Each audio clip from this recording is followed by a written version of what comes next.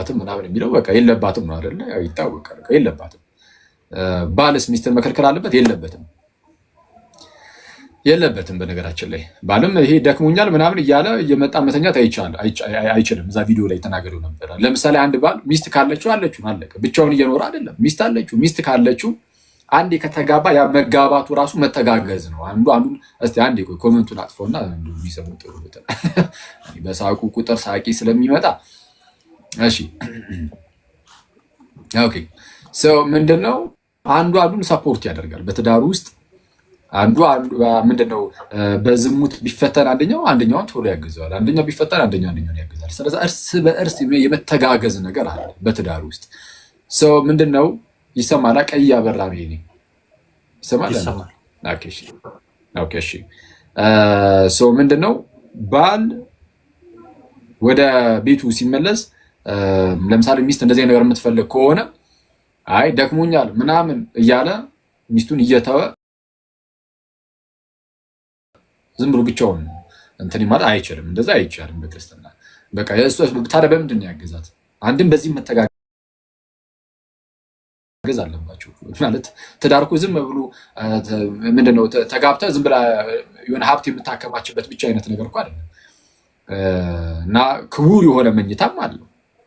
ክቡር የሆነ መኝታ አለው። ንጹህ የሆነ መኝታ ያስፈልጋል። እርግጥ ነው። ስለዛ በትዳር ሲሆን ክቡር ነው መኝታ ራሱ ማለት ነው። ክቡር ከሆነ ያንን መኝታ ማክበር አለበት። በምንድን ነው የሚያከብረው?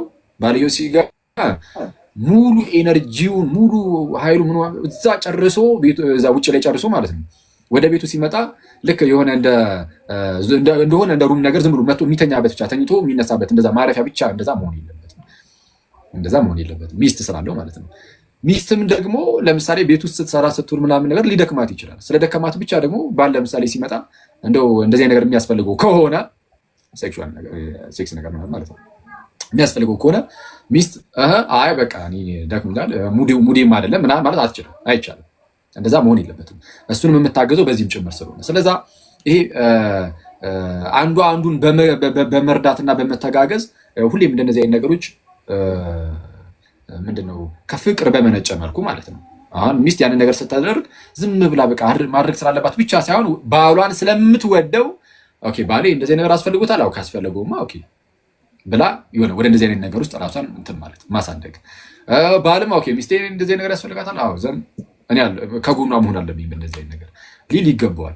ስለዛ ምንድነው ይሄን ነገር ያነሳንበት ምክንያት አንዳንድ ሰዎች ምን አይነት ነገርን ሲያስቀምጡ እንሰማለን።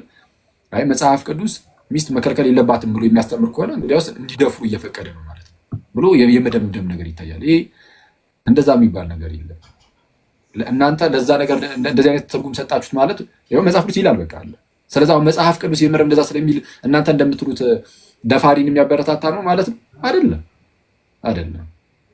እና ገና ከጅምሩ በቃ ሴት አዎ ሚስት ማለት ነው መከልከል የለባትም የሚለው ላይ ሰው ከተስማማ ቅድም ከአቡ ጋር እንደውም ኮመንት ላይ እያወራን ነበርና ኦኬ አዎ ሚስት መከልከል የለባትም እሱ ላይ ተስማማን። ግን ብትከለክለውስ ድንገት ብትከለክለውና እሱ የሆነ በግድ እንደዚህ አይነት ነገር ቢፈጽምስ እሱ መድፈር አይሆንም ወይ አይነት የሚመስል ነገር ሲነሳ ነበርና የመጀመሪያው ገና ከጅምሩ የመጀመሪያው ፌዝ ላይ የምንስማማ ከሆነ ይሄ በቃ መከልከል አትችልም የሚለው ላይ መከልከል አትችልም ማለቱ መጽሐፍ ቅዱስ መድፈርን ማበረታታቱ እንዳልሆነ በቃ ተግባባን።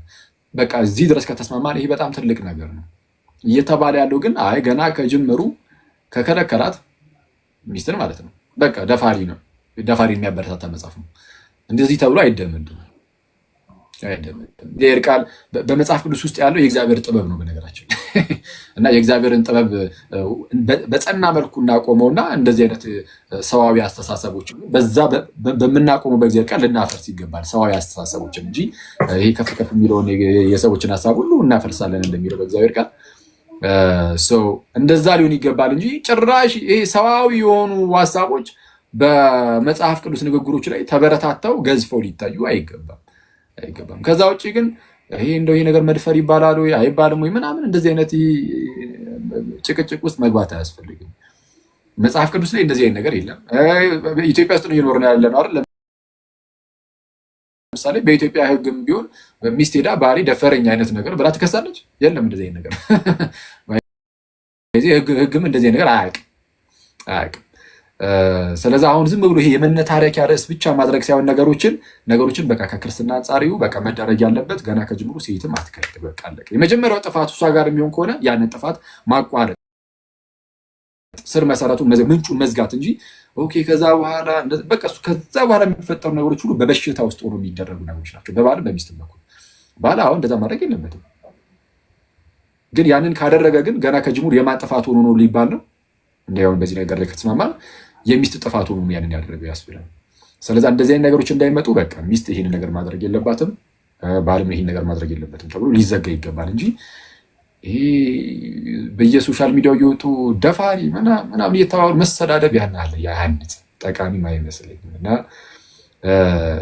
ሁሉም ነገር ይሆናል ከክርስትና አንጻር ታየ ቢደረግ መልካም ነው። ቀጣይ ግን እዛ የሆነ ዲቤት አድርጎ ነው በዚህ አንድ ወንድምና እህት ማለት ነው። እና ወንድም ዲቤት ያደረገው ወንድምም ያነሳው ነገር አለ። እሱ ላይ ያው በቪዲዮ ይሄድበታሉ። ክርስቶስ እየተመታ እየተሰቀለ ምናምን ይቅር በላቸው ስላለ ሚስትም እየተቀጠቀጠች ምናምን እንደዛው ትኑር አይነት የሚመስል ነገር ሲናገር ስለነበር ይሄ አሁን ሚስዩዝ ማድረግ ነው። መጽሐፍ ቅዱስ በዛ መልኩ አይደለም የሚናገረው። መጽሐፍ ቅዱስ በዛ መልኩ አይናገርም። ስለመታት ይፋቱ ምናምን የሚል የለም። እውነቱን ነገር እንደዛም አይልም። በእርግጥ ግን መታየት ያለበት አሁንም ከየትኛው ሳይሆን ከባል አንጻር ታይቶ ባል በጭራሽ እንደዛ ማድረግ አይችልም የሚለውን አስረግጠን ነው አቁመን ነው የሚሄድ የምንችለው እንጂ በቃ ባል እየመታት እሷ እንትን እያለች ትብር ምናምን እንደዛ የሚባል ነገር የለም። እና እዛ ላይ እሄድበታለሁ፣ አክቹዋሊ ቪዲዮ እሰራበታለሁ ጌታ ቢፈቅድ። እና እንደዛ ነው። ዛሬ ግን ያው የገላትያ መልእክት ልናጠና ነው እዚህ የመጣ ነው ጋይስ። የገላትያ መልእክት ልናጠና ስለሆነ የመጣ ነው። እዚህ ርዕስ ላይ ብዙ መሄድ አንችልም። ናቱ እንግዲህ የገላትያ ምዕራፍ 5 ነው። በቃ ገላትያ ምዕራፍ 5 ምናልባት ጊዜ የሚኖረን ከሆነ ምዕራፍ 6 ሄድበት ይችላሉ። ካልሆነ ደግሞ ምዕራፍ 6 ቀጣይ ቀን ነገ ከነገ ወዲያ እንገባበታለን። እንደዚሁ እሺ ቀጥል ምትለው ነገር ካለ እሺ። እግዚአብሔር ያክብርልን። ትልቁ ላይ መሆን ነበረብህ። እኔ ካሜራ መዝጋት ነበረብኝ ትላለህ። አስጠቆርክ። አረ ስቀልድ ነው። እሺ እና ተመለስ እንጂ ኮሜንት ምን ልክፈትላችሁ? እንትኑ ላይ ይሄ ግዴታ ምንድነው ህግ ምናምን ያልከው ላይ ጥያቄ ያለኝ ቤትን ስከፍት ወይም በስልክ በደንብ አድርጌ ነው ሞክት ደፈራ እንደሚባል ነው ማምነው። ኧረ ገና በስልክ ብዙ ነገር አለ። የትኛው አንቀጽ ላይ ነው የሚለው ወንድምነት?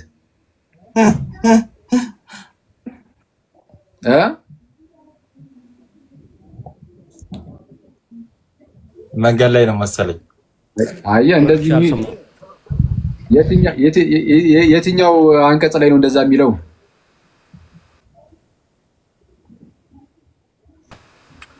እኮ እሱን አይደል እንዴ የምንሟገተው እኮ ቀድሜ ማስረጃ አልሰጥም።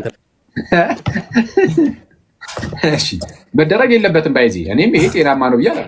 በጣም አደገኛ ነገር ነው። በቃ ሚስት እምቢ ካለች ማለት በተአምር አትችልም፣ አይቻልም ካላመማት በስተቀር። ህመም ላይ ባልም አይችልም ነው ያልኩት። በነገራችን ላይ ሚስት ብቻ ሳትሆን ባልም አይችልም፣ እምቢ ማለት አይችልም። ደክሞኛል ተኛለሁ ምናምን እያለ የሚመጣ ባልም ካለ አይቻልም። በሁለቱም ሳይድ አይቻልም። ግን እንደዚህ አይነት ጥፋት ብታጠፋ እና ሚስትየዋ ከዛ በኋላ ይህንን ጥፋት ይዞ ባልየው በፎርስ ቢሄድና በኃይል ሄዶ ያንን ነገር በጣም ወደዛ ኤክሰሶቱ በትግል እንደዚህ አይነት ነገርን ካደረገ ይሄ አደገኛ ነው ለእርሱም ትክክል እና አይቻልም፣ እንደዚህ አይደረግም። ግን ይሄ ነገር የመጣው ግን ገና ከጅምሩ የትኛው ኃጢአት ስለተጀመረ ነው ወይም የትኛው ስህተት ስለተጀመረ ነው? የሚስትየዋ ስህተት ስለተጀመረ ስለሆነ እዛ ላይ ነው ምንጩን ማድረግ የተባለው። ለዛ በዚህ ሀገር ግን የለም። በነገራችን ላይ ሄዳ ደፈሬን ባሌ ምናምን የሚባል ነገር የለም እና እንደዛ ነው። እሺ ቀጥል። እሺ ናቱ። ኦኬ እሺ። በድጋሚ እግዚአብሔር ያክብርልን። ወደ እንትናችን እንግባና ከዛ በኋላ መጨረሻ ላይ ግን በደንብ መስጠት የምትፈልገውን ሀሳብ ወይ ሰፋ አድርገህ ምናምን ትሄድበታለህ ማለት ነው። የቀረ ብለህ የምታስበው ነገር ካለ ማለት ነው። ገላትያ ላይ ነው ነው ገላትያ 6ን በሰዓት ካለ እንዳልከው እንትን ትላለህ። አይ አሁንም የተናገርከው ላይ ሀሳብ የምትጨምረው ካለ ብዬ ነው። አይ ይሄኛውን በቃ ሌላ ጊዜ እንሄድበታለን። ኦኬ እሺ እሺ ኮመንት ይጥፋ። አኪዋ እንዴት ነው ነገሩ? እንዴት ነው እንዴ? ገና ገላትያ እያስተማርክ ኮመንት ትከፍታለህ? እኔ ቤት እኮ ነፃነታቸውን እንትን አላቸው። ለዛ እስቲ ኮመንት አጥፉ። ቆይ ባይዜ ሞዴሬተሩን የማይጠቀምበት ሰው ማን ነው? አኬ ነው። ኦኬ ላጥፉ። እኔ አጥፋለሁ። እሺ በባለፈው ላርጋት እንደነገስካ ቀረባልኩ። እሺ በባለፈው እንትናችን ሴሽናችን እስከ 4 ተማምረናል እና ያልነበራችሁ ሰዎች አሁን እንዳለ እያንዳንዱ ምዕራፉን እንትን ከምንል በቃ ያልነበራችሁ ሰዎች አንድ አጠር ያለ ነገር ልንገራችሁ። የመልእክቱ መጻፍ ዋነኛ ነገር ማለት ነው። በቃ በአጭሩ ሐዋርያው ቅዱስ ጳውሎስ ይህንን መልእክት ለገላትያ ሰዎች ሲጽፍላቸው ምንድነው ሐሰተኛ መምህራን ገብተው ነበረ። ኦኬ ሐሰተኛ መምህራን ገብተው ነበረ። ከዛ በኋላ እሱ ከሰበከላቸው ወንጌል በተቃራኒው ሕግን መፈጸም አለባችሁ የሚልን ትምህርት ለክርስቲያኖቹ ወይም ደግሞ ለገላትያ ቤተክርስቲያን ላሉ ክርስቲያኖች ያውኳቸው ጀመር ማለት ነው። ከዛን የገላትያ ቤተክርስቲያን ወይ ደግሞ ክርስቲያኖቹ ወደ ሌላ ወንጌል ወይም ደግሞ ይሄ በሕግም ደግሞ መዳን አለብን ከእምነት ጋር እያይዘን መገረዝም እንደዚሁም የሕግ ስራዎች የተባሉ ኦኬ የሕግ ስራዎች የተባሉ ይሄ የመስዋዕቱ ስራ፣ ቀን ማክበር፣ አመታትን ማክበር፣ መገረዝን እነዚህ ነገር ጨማምሮ ከእምነት ጋር ማያያዝ አለብን የሚለውን ነገር በጣም በልባቸው አሳረጹባቸው። ከዚህም አንደኛ ያቀረቡት ምክንያት ምንድነው? እነ ቅዱስ ዮሐንስ አፈወርቅ ሲያስቀምጡት የመጀመሪያ ብሌም የሚያደርጉት ራሱ ሐዋርያው ቅዱስ ጳውሎስን በምንድነው? በመዋዕለ ሥጋዌ ወይ ደግሞ ከክርስቶስ ጋር አብሮ የኖረ አይደለም ይሉና፣ ልብ በሉ አብሮ አይደለም ይሉና፣ ግን እነ ቅዱስ ጴጥሮስን ቢሆን ይኸው መገረዝን የሚከለክሉ አይደሉም። እንደገና ደግሞ የሆነ ሰዓት ራሱን ደግሞ ሐዋርያው ቅዱስ ጳውሎስን የጢሞቴዎስን ያነሱና ይኸው እሱ ራሱን እንደውም የሚከለክል ሁሉ አይደለም ወደ አይሁድነት ተመልሷል እያሉ የክርስቲያኖችን ልብ ብቻ ያናውጡ ነበረ። ወይም ደግሞ ወደ ሌላ እምነት ወይ ደግሞ ብቻ ወደ ሌላ ወንጌል እንዲሄዱ ያደርጉ ነበረ። ወይ ደግሞ ወደ ሕግ ስራ ወደ አይሁድነት ማለት ነው ባጭሩ። ከዛ በኋላ ሐዋርያው ቅዱስ ጳውሎስ ምን አደረገ? ይህን መልእክት በቲቶ አማካኝነት ሮሞኑ ይልካል ማለት ነው። ቅዱስ ዮሐንስ አፈወርቅ እንደሚለው ይህንን መልእክት የሚቀድመው የተሰሎንቄና የቆሮንቶስ መልእክት ነው ተብሎ ይገመታል። ከዛ በኋላ በመልእክቱ እንግዲህ ያመሰግናቸዋልም ይወቅሳቸዋልም፣ እንዲሁም ደግሞ በሕግ መዳን እንደማይቻል ለአብርሃም ወንጌል እንደተሰበከ የተስፋውን ቃል እንደገና ደግሞ ጌታችን መድኃኒታችን ኢየሱስ ክርስቶስ ዘመኑ በደረሰ ጊዜ የማዳን ጊዜው በደረሰ ጊዜ ከሴት እንደተወለደ ይህን ሁሉ ያስተምራቸዋልና ሰው በሕግ እንደማይጸድቅ ብዙ ከምክር ጋር ተግሳጽን ሃይማኖትን እያደረገ ያስተምራቸዋል። በባለፈው ሴሽናችን 4ን ምን ብለን ያቆምነው? ሐዋርያው ቅዱስ ጳውሎስ ወንጌልን ከኦሪት በሳራና በአጋር አድርጎ በምሳሌ መልክ አስቀመጣቸውና እንግዲህ እኛ አለ አጋር ባሪያይት ናት፣ ከዛ ደግሞ ጨዋ የተባለች ደግሞ ሳራ ናት እና እኛ የጨዋ ልጅ ነን፣ እኛ የወንጌል ልጆች ነን እንጂ የባሪያይቱ አይደለንም ብሎ ነበረ። መጨረሻ ቁጥር 31ን የዘጋው ምዕራፍ 4 ማለት ነው። ዛሬ ምዕራፍ 5ን ባጭሩ እናያለን። በጣም ደግሞ ይሄኛው አጠር ያለ እንትን ስለሆነ ማየት እንችላለን ማለት ነው። እሺ ገላትያን 5:1 ላይ ምን ብሎ ነው የሚጀምረው ሐዋርያው ቅዱስ ጳውሎስ? በነፃነት ልንኖር ክርስቶስ ነፃነት አወጣን፣ እንግዲህ ጸንታችሁ ቁሙ፣ እንደገናም በባርነት ቀንበር አትያዙ ይላቸዋል ማለት ነው። ምን አላቸው? እንግዲህ ድጋሚ በባርነት ቀንበር አትያዙ፣ ግን ጸንታችሁ ቁሙ አላቸው። የመጀመሪያው እዚህ መልእክት ላይ ሐዋርያው ቅዱስ ጳውሎስ እየተናገረ ያለው ጸንታችሁ ቁሙ ሲል መንገዳገዳቸውን ያሳያል። ኦኬ የገላትያን ሰዎች መንገዳገዳቸውን ያሳያል። ግን በነፃነት ልንኖር ያለው ልክ ዮሐንስ ወንጌል ምዕራፍ 8:36 ላይ እንግዲህ ልጁ አርነት ቢያወጣችሁ በእውነት አርነት ትወጣላችሁ፣ ነፃ ትወጣላችሁ ተብሎ የተጻፈውን። ስለዚህ ከሕግ ስራ ወይም ደግሞ ከሞግዚት ወይ ደግሞ ይሄ ከሕግ ባርነት ከተባለው ከዛ ቀንበር ነፃ ወጥታችኋል እያለ ነው። ከዛ ቀጠል ያደርግና እነሆ እኔ ጳውሎስ እላችኋለሁ ይላል። ባይዘው ይሄ አባባሉ አንድ ሰው በጣም በመተማመን በእርግጠኝነት የሚናገረው ነው ይላል ቅዱስ ዮሐንስ አፈወርቅ ይህን ክፍል ማለት ነውና በታላቅ ስልጣን በሐዋርያዊ ስልጣን ይህን ነገር ሲነግራቸው ነው። ምን አላቸው? ብትገረዙ ክርስቶስ ምንም አይጠቅማችሁ ማለት ምን ማለት መሰላችሁ? ብትገረዙ ክርስቶስ ምንም አይጠቅማችሁ ማለት የመጀመሪያው ነገር ምንድነው? መገረዝ አለመገረዝ ይሄው ለክርስትና እስታካርገና ኪዮ አላህ እሺ ድንገት ከተቋረጥኩ ነው መገረዝ አለመገረዝ እነዚህ በኦሪት እንድንፈጽማቸው የተሰጡን የኦሪት ትእዛዛት ህግጋት አሉ አይደለ? እነሱን ህግጋት በመፈጸም ክርስቲያን መሆን አይቻልም። ወይ ደግሞ በሐዲስ ኪዳን እነሱን ህግጋት ስለፈጸምን አይደለም ክርስቲያን መሆን። ለክርስትና እሱ አይጠቅምም እያለ ነው። ግን ክርስቶስ አይጠቅማችሁም እያለ ያለው በምን መሰላችሁ? ህግን ሰው የሚያደርገው ስለሚፈራው ነው። ምንን? ህግን ማለት ነው። የሚፈራው ያንን ያደርገዋል ማለት ነው። ኦኬ፣ ህግን በመፍራት ያደርገዋል። ያ ህግን የሚፈራው ደግሞ የጸጋውን ኃይል ወይ ደግሞ የጸጋውን ፓወርፉልነት ወይ ደግሞ ከህግ እንዴት እንደሚበልጥ ያልገባው ወይ ደግሞ ጸጋውን ያላመነ ሰው ነው ማለት ነው። ኦኬ፣ በመፍራት ህግን አደርጋለሁ የሚል ሰው በጸጋው ካልሆነ ያንን መዳን ልናገኝ አንችልም። ኦኬ፣ የመንፈስ ቅዱስንም ስጦታ የክርስቶስንም ማዳን ከዚህ ከስጦታ ውጪ በህግ ልናገኘው አንችልም። ስለዚህ ክርስቶስ አይጠቅማችሁም ሲል በጸጋው የምናገኛቸው እነዛ በረከቶች መዳን፣ ኦኬ፣ እነዛ ጽድቆች አናገኛቸውም፣ እናጣቸዋለን ማለት ነው። ስለዚህ ብንገረዝ ባንገረዝ ይሄ ለክርስቶስ ጥቅም የለውም ወይም ደግሞ ለክርስትናችን ጥቅም የለውም እያለ ነው ማለት ነው። 3 ላይ ቀጠል ያደርግና ህግንም ሁሉ እንዲፈጽም ግድ አለበት። ልብ በሉ እዚህ ጋር በጣም አስተውሉ እሺ። ህግንም ሁሉ እንዲፈጽም ግድ አለበት ብዬ ለሚገረዙት ሁሉ ለእያንዳንዶች ደግሜ እመሰክራለሁ አለ። አሁን አንዱ ስለሚገረዘው ሰው አይደለም። ምን አለ? ለእያንዳንዱ አለ። ለእያንዳንዱ ማለት ይኸው በመገረዝ ድህነትን እናገኛለን ብሎ ለሚያስበው ለሁሉም ምን ማድረግ አለበት? ህግን መፈጸም አለበት። ህግን ግን መፈጸም አለበት ሲል አንድን ህግ ነው አይደለም፣ ሁሉንም ህግ መፈጸም አለበት። ለምሳሌ እንዴት ማለት መሰላችሁ? ለምሳሌ መገረዝ የህጉ አንዱ አካል ነው አይደለ? መገረዝ አለብህ የሚል ማለት ነው። መገረዝ ሲመጣ ተያይዞ አብሮ የሚመጡ ህግጋት አሉ አይደለ? ተያይዞ አብሮ የሚመጡ ህግጋት አሉ። ለምሳሌ መገረዝ አስከትሎ የሚመጣው ምንድነው? መስዋዕት ማቅረብን፣ ኦኬ፣ መስዋዕት ማቅረብን፣ ቀናትና ቦታን መምረጥ፣ ኦኬ፣ ቦታን መምረጥ፣ የማንጻት ስርዓት የተባሉት እንደገና ሰውየው ንጹህ መሆን አለበት። እነዚህ ሁሉ በህግጋት ውስጥ ያሉ ናቸው። ኦኬ። እና ቅዱስ ዮሐንስ አፈወርቅ ይህን ደስ በሚል ይፈተዋል። ምን ይላል?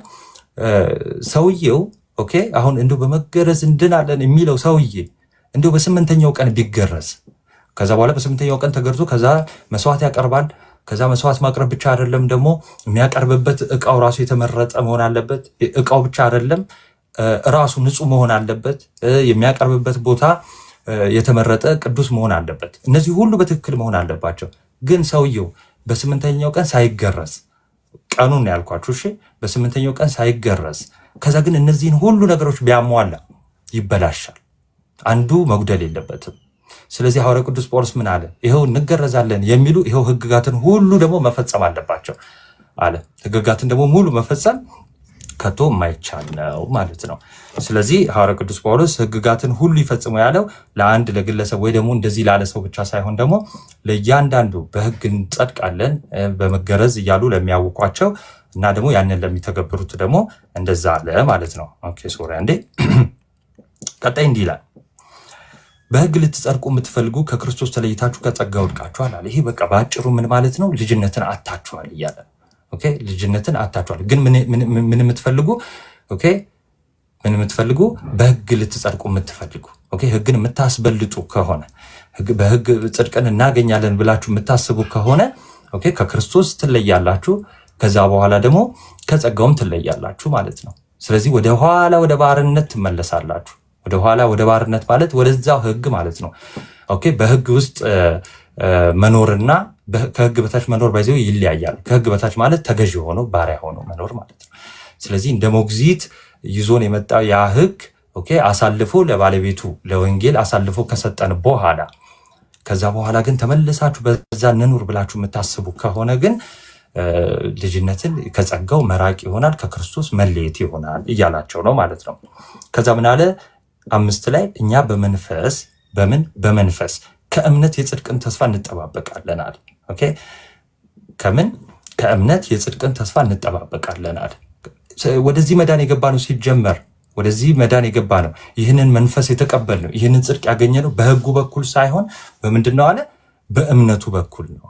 በእምነቱ በኩል ስለሆነ ያገኘ ነው። ከዛ ደግሞ በእምነቱ በኩል ያገኘ ነውን ከዛ ደግሞ ተስፋ እንጠባበቃለን። ቅዱስ ዮሐንስ አፈወርቅ ይህንን በረከቶች በእምነቱ በኩል ያገኘነውን ያንን በረከቶች እንጠባበቃለን፣ ተስፋ እናደርጋለን። በምን ያለን ግን ኦኬ በክርስትና በእምነቱ በኩል። ስለዚህ ያንን ጽድቅ ለማግኘት ወይ ደግሞ አሁን ባለው በመንፈሱ በኩል የሚሰጠንን በረከቶች ለመቀበል ህጉ አይደለም ምንድነው እምነቱ ነው የሚያስፈልገው አሁን እያለን ነው ማለት ነው። ስለዚህ በህጉ በኩል ሳይሆን በእምነት በኩል ነው ያንን ተስፋ ልናገኝ ሁሉ የምንችለው ማለት ነው። ኦኬ በእምነት በኩል ለአብርሃም የተገባለትን ያንን የተስፋ ቃል ወራሾች ሆነን የለ ልክ አሁንም እንደዛ በረከቶችንም ተስፋውንም የምናገኘው በእምነት በኩል ነው እያለ ይናገራል ማለት ነው። ኦኬ ዝቅልና ቁጥር 6 ላይ ምን አለ? በክርስቶስ ኢየሱስ ሆኖ በፍቅር የሚሰራ እምነት እንጂ መገረዝ ቢሆን ወይም አለመገረዝ አይጠቅምም ይላል። ስለዚህ ምን ያለው እምነት ነው የሚያድነው አለ? ወይ ደግሞ ምን ያለው እምነት ነው የሚያስፈልገው አለ? በፍቅር ሆኖ የሚሰራ እምነት፣ በፍቅር ሆኖ የሚሰራ እምነት ነው እንጂ መገረዝ አለመገረዛችሁ አይደለም የሚጠቅመው። በቃ መገረዝ አለመገረዝ ቅድም እንደነገርኳችሁ ነው። በአዲስ ኪዳን ምንም አይጠቅምም። ግን ኦኬ እምነታችሁን ብቻ ይዛችሁ እንድትቀጥሉ ነው የሚፈልገው? ነው አይደለም። ኦኬ መልካምን ስራም እየሰራችሁ እምነታችሁን በፍቅር እየገለጣችሁ እንድትሄዱ ነው የሚፈልገው እያለ ያስረዳናል ማለት ነው። አጠር አድርጌ ለምን 6 እሱን ስለሚል አጠር ለማድረግ በጣም እየሞከርኩ ነው። ከቸኮልኩ ትነግሩኛላችሁ። እሺ ቁጥር 7 ዝቅልና ምን ይላል? በመልካም ትሮጡ ነበር ይላቸዋል። በመልካም ትሮጡ ነበር ማለት ምን ማለት ነው? ልክ ደረጃችሁ በመምህራን ደረጃ ነበረ እና በመልካም ትሮጡ ነበር፣ ለእውነት እንዳትታዘዙ ማን ከለከላችሁ አለ። ካስታወሳችሁ ከዚህ በፊት ገላትያን ስንማማር እንደው ማን አዚም አደረገባችሁ እንደው ማን አፈዘዛችሁ እያላችሁ ይነግራችሁ የለ። ልክ አሁን ምን አላቸው? በመልካም ትሮጡ ነበር አለ። ኦኬ ለወንጌሉ ይፋጠኑ ነበር እና ደረጃቸው ራሱ በጣም ነበር የሚተማመንባቸው። ደረጃችሁ በምን ነበር አለ? በመምህራን ደረጃ ነበረ። አሁን ግን በመምህራን ደረጃ አይደለም፣ በደቀ መዛሙርት ደረጃ ራሱ ልናገኛቸው አልቻልንም፣ ወይ ደግሞ ላገኛቸው አልቻልኩም። እና ለምን ልክ እንዴት ነው ማን አዚም አደረገባችሁ፣ ማን እንዴት አሁን ፈዘዛችሁ፣ እንዴት ወደኋላ ቀራችሁ በሚል አይነት አጠያየቅ ሲላቸው እናያለን ማለት ነው። ኦኬ እና ይህን እንዳታደርጉ እንዳትታዘዙ፣ ለወንጌል አሁን እንዳትታዘዙ ማን ከለከላችሁ በሚል አጠያየቅ ይጠይቃቸዋል። እና ይሄ ግርምትን ያለው ነው። እና ቀጣይ ምን ይላቸዋል? ቁጥር 8 ላይ ይህ ማባበል ከሚጠራችሁ አልወጣም ይላል። ካስታወሳችሁ ዕብራውያን ገላትያን ሲጀምር ከጠራችሁ ወንጌል ፈቀቅ ብላችኋል ይላል አይደለ? ከጠራችሁ ወንጌል። ስለዚህ ለእንደዚህ ይሄ ፍላክቹዌት ለማድረግ ለመቀየር ለመለዋወጥ አይደለም እሱ የጠራችሁ። ኦኬ ጠሪው ማን ነው? እግዚአብሔር አምላካችን ሲጠራን ለምንድን ነው? እንደዚህ እንድንቀያየር አይደለም። የሆነ ሰዓት ላይ ወንጌሉን ይዘን ከዛ የሆነ ሰዓት ላይ ወደ ሕግ ወደ ኦሪት እንመለስ፣ ከዛ ደግሞ እንደዚህ ለመለዋወጥ አይደለም። ኦኬ ለመለዋወጥ አይደለም። ይህ ማባበል ከሚጠራችሁ አልወጣም። ኦኬ ስለዚህ ይሄ መለዋወጣችሁ ከራሳችሁ ነው፣ ከሐሰተኞቹ መምህራን እንጂ ከማን ከጌታ የመጣ አይደለም።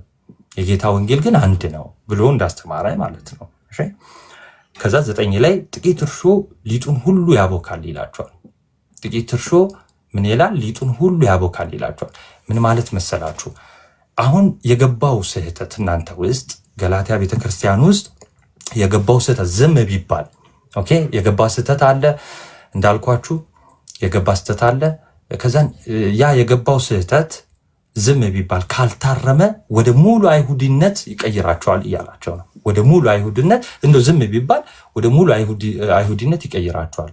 አሁን ክርስትናውንም ይዛችሁ የሕግንም ስራ በዚህ በኩል እንያዝ እያላችሁ ነው። እንደው ዝም ግን ቢባል መልእክት ባልጽፍላችሁ ባልገስጻችሁ ወደ ወንጌል ባልመልሳችሁ ግን ምን ይሆናል እያለ ነው? ወደ አይሁድነት ትቀየራላችሁ። በቃ ሙሉ ለሙሉ ሙሉ አይሁድ ነው የምትሆኑት፣ ከክርስትናው ተለይታችሁ ወጣችሁ ማለት ነው እያለ ነው። ኦኬ ከዛ ዝቅ ይልና 10 ላይ የተለየ ነገር ከቶ እንዳታስቡ እኔ በጌታ ስለናንተ ታምኛለሁ ይላቸዋል። እዚህ ጋር ልብ በሉ። ሐዋርያው ቅዱስ ጳውሎስ ምንድን ያለ? የተለየ ነገር ከቶ እንደማታስቡ እያላቸው ነው እንጂ አታስቡም አላላቸው። ኦኬ እርግጠኛ ሆኖ አታስቡ እናንተ ሳይሆን እንደማታስቡ ምን አለ? ስለናንተ እንደማታስቡ ስለናንተ በጌታ ስለእናንተ ታምኛለሁ። በጌታ ታላቅ ተስፋ አለኝ። ምን እንድትሆኑ? ኦኬ እናንተ እንደምትስተካከሉ ታላቅ ተስፋ አለኝ። ያ ተስፋ የመነጨው ከሁለት ነገር ነው ልንገራችሁ። ሐዋርያው ቅዱስ ጳውሎስ የመጀመሪያው በእነሱ ላይ ተስፋ አለው። ኦኬ ይመልሳሉ፣ ኦኬ ይስተካከላሉ የሚል ተስፋ አለው። ሁለተኛው ተስፋው ደግሞ ጌታው ነው።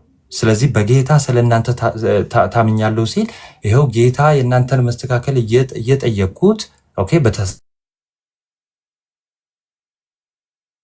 መስተካከል እየጠየቅኩት እርዳታውን እየለመንኩ እየጠየቅኩት በዛ ተስፋ አድርጌ እኖራለሁ እያለ ነው ማለት ነው። ግን እዛው ላይ ማለት ነው የተለየ ነገር ከቶ እንዳታስቡ እኔ በጌታ ስለእናንተ ታምኛለሁ ካለ በኋላ የሚያናውጧችሁ ማንም ቢኖር ግን ፍርዱን ሊሸከም ግድ ነው። ሊሸከም ያስፈልገዋል። ፍርድ አለበት ማለት ነው። ምን ማለት ነው? እናንተ የተለየ ነገር እንደማታስቡ ተስፋ አለኝ የሚለውን ወይ ደግሞ በጌታ ተስፋ አለኝ እንደምትስተካከል ተስፋ አለኝ ማለት እነሱ እናንተን የሚያናውጧችሁ ወይ ደግሞ ወንጌልን ሊያጣመሙ የሚወዱት ይድናሉ ማለት ወይ ደግሞ ከፍርድ ያመልጣሉ ማለት አይደለም። የእናንተ ትክክለኝነት እነሱን ከፍርድ ያስመልጣቸዋል ማለት አይደለም። እንደውም እነሱ ምን አለባቸው? ፍርድ አለባቸው። ምን የሚሉት? እናንተን ሊያሳስቱ የሚሞክሩትን። ስለዚህ ሐዋርያው ቅዱስ ጳውሎስ በተደጋጋሚ እነሱን ይመከርና ከዛ በኋላ የሆነ ሰዓት ግን የመምህራን እነሱን ሲያስተምሩ የነበሩ ወይ ደግሞ ሐሰተኞቹን ደግሞ እየገሰጸ እየተቆጣ ያልፋል ማለት ነው። እሺ ለዛ ነው የሚያናውጧችሁ ማንም ቢኖር ግን አለ። ኦኬ አንድን ሰው ስለ አንድ ሰው አይደለም የሚያወራው። ስለዚህ ማንም ቢኖር ግን ፍርዱን ሊሸከም ግድ ነው አለ። ነገር ግን አለ ልብ በሉ፣ ነገር ግን ወንድሞች ሆይ እኔ ገና እስካሁን መገረዝን ብሰብክ እስካሁን ድረስ ለምን ያሳድዱኛል አለ። ይኸውላችሁ ሐዋርያው ቅዱስ ጳውሎስን ምን ብለዋቸው ነበረ? እዛው ለገላትያ ክርስቲያኖች ምን አይነት ክስ አቀረቡላቸው? እዚያ ያሉ ሰዎች ማለት ነው። ይኸው ቅድም እንደነገርኳችሁ ማለት ነው ራሱ ሐዋርያው ቅዱስ ጳውሎስ ወደ አይሁድነት ተመልሷል፣ ወደ ኦሪት ተመልሷል። እሺ እና መገረዝን ይሰብካል ብለው ነገሯቸው ማለት ነው። አሁን ራሱን ነፃ ሊያወጣ ነው ሐዋርያው ቅዱስ ጳውሎስ ምን አለ? እሺ ነገር ግን ወንድሞች ሆይ እኔ ገና እስካሁን መገረዝን ብሰብክ፣ ኦኬ መገረዝን አልሰብክም፣ ግን እንደው ብሰብክ ኖሮ ለምን ያሳድዱኛል? ለምን እነሱ ያሳድዱኛል? እያሳደዱት ነው። መከራ እንዲቀበል አድርገውታል አይደለም? እሱ ያስተማራቸው ደቀ መዛሙርት ያደረጋቸውን እንኳን ያሳድዷቸዋል። በሱ ትዝ ካላችሁ ገላትያ ላይ እዚሁ 3 እና 4 ስናነብ ማለት ነው እንደው በከንቱ ነው ይላችሁ የለ በከንቱ ነው መከራ መቀበላችሁ ይላችኋል። እነሱ ራሱ መከራ ተቀብለዋል በነገራችን ላይ እና መከራ የተቀበሉት እኔን የሚያሳድዱኝ እንደውም ምን ብዬ ስላስተማርኩ ነው አለ የአባቶቻችሁን ወግ ተዉ፣ የአባቶቻችሁን ልማድ ተዉ። ኦኬ የአባቶቻችሁን ልማድ ተዉ ስላልኩ ሕግን ተዉ ስላልኩ ነው የሚያሳድዱኝ ይልና እዛው ምን ጋር እንዳሳደዱትም አሳያቸዋለሁ። ምን ይላል? እንኪያስ ይላል እዛው 11 ላይ ማለት ነው። እና ለምን ያሳድዱኛል ካለ በኋላ እንኪያስ የመስቀል እንቅፋት ተወግዷል ይላል ማለት ነው። አሁን ይኸው እኔ ከእምነት ጋር አብሬ ሐዋርያው ቅዱስ ጳውሎስ ከእምነት ጋር ይኸው የአባቶቻችሁን ወግ አትተዉ ብዬ ቢሆን ኖሮ ስለምንስ ያሳድዱኛል? ስለምንስ የመስቀል ጠላት ይሆናሉ? እነሱ አይሁዳውያን በነገራችን ላይ የመስቀል ጠላት የሆኑት ወይ ደግሞ የጌታን የማዳን ስራ የመስቀሉን ስራ መቀበል የከበዳቸው የአባቶቻችሁን ልማድ ተዉ ስለተባሉ ነው። ኦኬ የአባቶቻቸውን ልማድ ተዉ፣ ሕግን ተዉ፣ በሕግ አይደለም የሚዳነው ኦኬ ስለተባለ ነው እንጂ እንደው ከዚህ የበለጠ ከዚህ ውጪ መስቀሉ በተለየ ትልቅ ጠላት ሆኖባቸው አልነበረ። የመጀመሪያ ሕጉን የሚሽር ስለነበረ ነው። ኦኬ ሕጉን የሚሽር ስለነበረ የአባቶቻችሁን ልማዶች ተዉ ስላልኩ ነው እኔን የሚያሳድዱ ይላል። እስጢፋኖስን እኔ ኦኬ ከዛ በፊት ግን እነሱ የከሰሱበት አንድ እንትን አለ። ቆይ ጥቅስ ላንብላችሁ። ሐዋርያ ሥራ ምዕራፍ 16:3 ማንን ገርዟል? ጢሞቴዎስን ገርዟል። ኦኬ ጢሞቴዎስን ገርዟል። ሐዋርያው ቅዱስ ጳውሎስ ማለት ነው። ጢሞቴዎስን ገርዟል እና ይሄው ጢሞቴዎስን ገርዟል፣ ሕግን እየሰበከ ማነው ግዝረትን እየሰበከ ነው ብለው ነው የተናገሩት። እዚህ ጋር ልብ ማለት ያለባችሁ ጢሞቴዎስን መግረዝ ወይ ደግሞ መገረዝ እንደ ግዴታ እንደ ሕግ ማለት ነው በግድ ተቀበሉ ብሎ አልሰበከም። ስብከት ውስጥም አልነበረም። ገርዟል። አዎ ገርዟል። ይኸው ሐዋርያት 16:3 ላይ አይሁዶች ስለነበሩ ይዞ ገረዘው ይላል ጢሞቴዎስን ማለት ነው። ገረዘው ማለት ግን ሰበከው ማለት አይደለም። ኦኬ አሁን ሰዎች በአዲስ ኪዳን ይኸው ክርስቲያኖች መገረዝን ይገረዛሉ። ግን ለምንድን? ለድነት ነው? ለክርስትና አይደለም። ወይ ደግሞ ሕግን ለመፈጸም ነው? አይደለም። ኦኬ መገረዝን ሊገረዙ ይችላሉ ማለት ነው። እገርዛለሁ ግን አልሰብክም ነው የሐዋርያው ቅዱስ ጳውሎስ ማለት ነው። ከዛ በኋላ እንግዲህ የመስቀሉ እንቅፋቶች የሆኑት ወይ ደግሞ ክርስትና እንዳይሰበክ ክርስቲያኖችን በማሳደድ የሚያስተምሩትን ሐዋርያትን በማሳደድ በመግደል የሚቀጥሉት ለመስቀል እንቅፋት ሆነው የሚቀጥሉት ግን እንዴት እንደሆነ ላሳያችሁ። ሐዋርያት ሥራ 6:13 ላይ ሐዋርያት ሥራ 6:13 እስጢፋኖስን በሸንጎ ፊት ምን ብለው ነው የከሰሱት? ይኸው ኢየሱስ ማነው መስቀል ላይ የተሰቀለውን ሰው እንደው በደንብ ይወዳል ተብሎ አይደል? ምን ተብሎ ነው? ላንብላችሁ። ይህ ሰው እሺ በዚህ በተቀደሰው ስፍራ በሕግም ላይ የስድብን ነገር ለመናገር አይተውም ብለው ነው። ራሱ ክርስቶስንስ ምን ብለው ነው የከሰሱት? ሕግን ተላለፈ ብለው አይደለ? በሕጋቸው ስለመጡባቸው ነው እንጂ እንደው ትልቅ ከዚህ ውጪ እንደው ጠላት ሆኖባቸው አልነበረም መስቀሉ ከመጀመሪያው ማለት ነው። ለመስቀል ጠላት ናቸው። አዎ፣ ግን የመጀመሪያው ይሄው ጠላት የሆኑበት ምክንያት ሕግጋትን ተዉ ስለተባሉ ነው። ሕግጋትን ማለት ባለፈው ተማምረናል። ክርስቶስ ያጸናቸውን ሳይሆን የትኛውን ነው? የመስዋዕቱን ሕግ፣ የቤተ መቅደሱን ሕግ በዛ አይዳንም ተብሎ ትምህርት ስለተሰጣቸው ነው። ራሱ ሐዋርያው ቅዱስ ጳውሎስን ሐዋርያት ሥራ 21:27 ላይ ያልተገረዘ ሰው ይሄው ቤተ መቅደስ አስገባ ብለው እጅ ሲያነሱበት እናያለን። ይሄው ሐዋርያው ቅዱስ ጳውሎስ ለዛ ነው ያለው። ለምን ከነሱ ጋር ተስማምቼ ግዝረትን እንደነሱ ብሰብክ ኖሮ ይሄው ጠላትም አይሆኑም። እንግዲህ የወንጌል ጠላት አይሆንም፣ የመስቀሉ እንቅፋት አይሆኑም። እንግዲያውስ እናንተ የምትሉት እውነት ከሆነ የመስቀሉ እንቅፋት ተወግደዋል ማለት ነው። ስለዚህ እናንተ የምትሉት እውነት አይደለም፣ እኔ ግዝረትን አልሰብክም እያለ ይቀጥላል። 12 ላይ ካስትሬት ዘምሰልቭ ወይም ደግሞ ምን ይላል? የሚያውኳችሁ ይቆረጡ ይላል። አሁን ይኸው በግርዛት ይህን ባጭሩ ልንገራችሁ፣ ቀላል ነው። በግርዛት ይዳናል ብለው ነው አይደለም የሚያስቡት። ቅዱስ ዮሐንስ አፈወርቅ እንደውም ሙሉን ይቆረጡት ይበልጥ ይድናሉ። እንደውም ኦኬ በግርዛት እንደውም ይዳናል ብለው አይደለም የሚያስተምሯችሁ፣ ይኸው እንደውም ይቆረጡት ብለው እነ ቅዱስ ዮሐንስ አፈወርቅ ያስተምራሉ ማለት ነው። ቲቶ 3:10 ላይ ግን የምናገኘው ነገር አለ። እንዲህ ይላል፣ እሺ መለያየትን የሚያነሳ ሰው ጠማማ እንዲሆን በራሱ ላይ ፈርዶ ኃጢአትን እንዲያደርግ አውቀህ 1 ጊዜ 2 ጊዜ ከገሰስከው በኋላ እንዲህ ከሚመስለው ሰው ራቅ ይላል። ሰው ይቆረጡም ሲል ደግሞ ከዛ ተለዩ ወይ ደግሞ ከዛ ህብረት ደግሞ መለየቱን የሚያሳይ ነው ብለው እነ አውግስቲን ይፈቱታል ማለት ነው ይህንን ክፍል። ኦኬ ከዛን እንግዲህ እነሱን ይቆረጡ ካለ በኋላ 13 ላይ ወንድሞች ሆይ እናንተ ለአርነት ተጠርታችኋል። ለአርነት ማለት ነፃ ለመውጣት ተጠርታችኋል። ሰው ክርስቶስ ነፃ ወጥቷችኋል እያለ ነው። ከዛስ ብቻ አርነታችሁ ምን ነፃነታችሁ ለስጋ ምክንያት አይስጥ። ኦኬ ለስጋ ምክንያት አይስጥ፣ ነገር ግን በፍቅር እርስ በርሳችሁ እንደ ባሪያዎች ሁኑ። አሁን በዚህ ክፍል የምንረዳው አጠር አድርጌ ምንድን ነው ይሄው ልክ ቆይ ባሪያ የሚለውን ከምን አንጻር ልንገራችሁ መሰላችሁ? ሄሬኒዮስ አጌነሰረሲስ ቡክ 1 ቻፕተር 28 ሴክሽን 1 ላይ ግኖስቲኮች የምንፍቅናቸው መንስኤ ምንድን ነው ብሏል? ይህ መምህር ለመሆን የበላይ ለመሆን ተለይቶ የመውጣት ብቻ ገዢ የመሆን ሀሳብ ነው ብሏል። ሰው ይሄ ገዢ የመሆን ሀሳብ የበላይ የመሆን ሀሳብ ባይዘዊ ለምንፍቅና እንትኑ ነው፣ እናቱ ናት፣ አስገኙ ናት። ኦኬ ምንፍቅናዎች የሚመጡት እንደው እኔ በላይ ልሁን፣ መምህር ልሁን፣ ገዢ ልሁን የመታበይ እንደዚህ አይነት ነገሮች ሲደረጉ ነው። ስለዚህ በዚህ በገላትያ ቤተክርስቲያን እንዶ አንዱ ከአንዱ እኔ ልግዛ የሚል ነገር እንዳለ በዚህ ጽሁፍ ውስጥ በዚህ ጥቅስ ውስጥ እናገኛለን ማለት ነው። ለዛ ነው ምን አለ ይሄው አሁን ነፃ ልትወጡ ተጠርታችኋል። ክርስቶስ ከዛ ባርነት አውጥቶናል። ግን እንደው ከዛ ባርነት አውጥቶናል ማለት እንደው ሕግ እንደሌለው ልጓም እንደሌለው ዝም ብለን እንንቀሳቀስ ማለት ሳይሆን እንደዛ ማለት ሳይሆን ምን እያደረግን እንቀጥላለን? የህይወት መርሃችንን መልካሙ ፍሬ እያፈራን እንቀጥል። ኦኬ እንደዚህ ይላቸውና ግን ቀለል ያለ አሁን ከባርነት ወጥታችኋል፣ ነፃ ወጥታችኋል ይላቸውና ቀለል ያለ እና ደስ የሚል ቀንበር ያደርግላችኋል። እሱ ምንድነው? ይኸው አንዳችሁ እርስ በርሳችሁ እንደ ባሪያዎቹ ነው ይላል።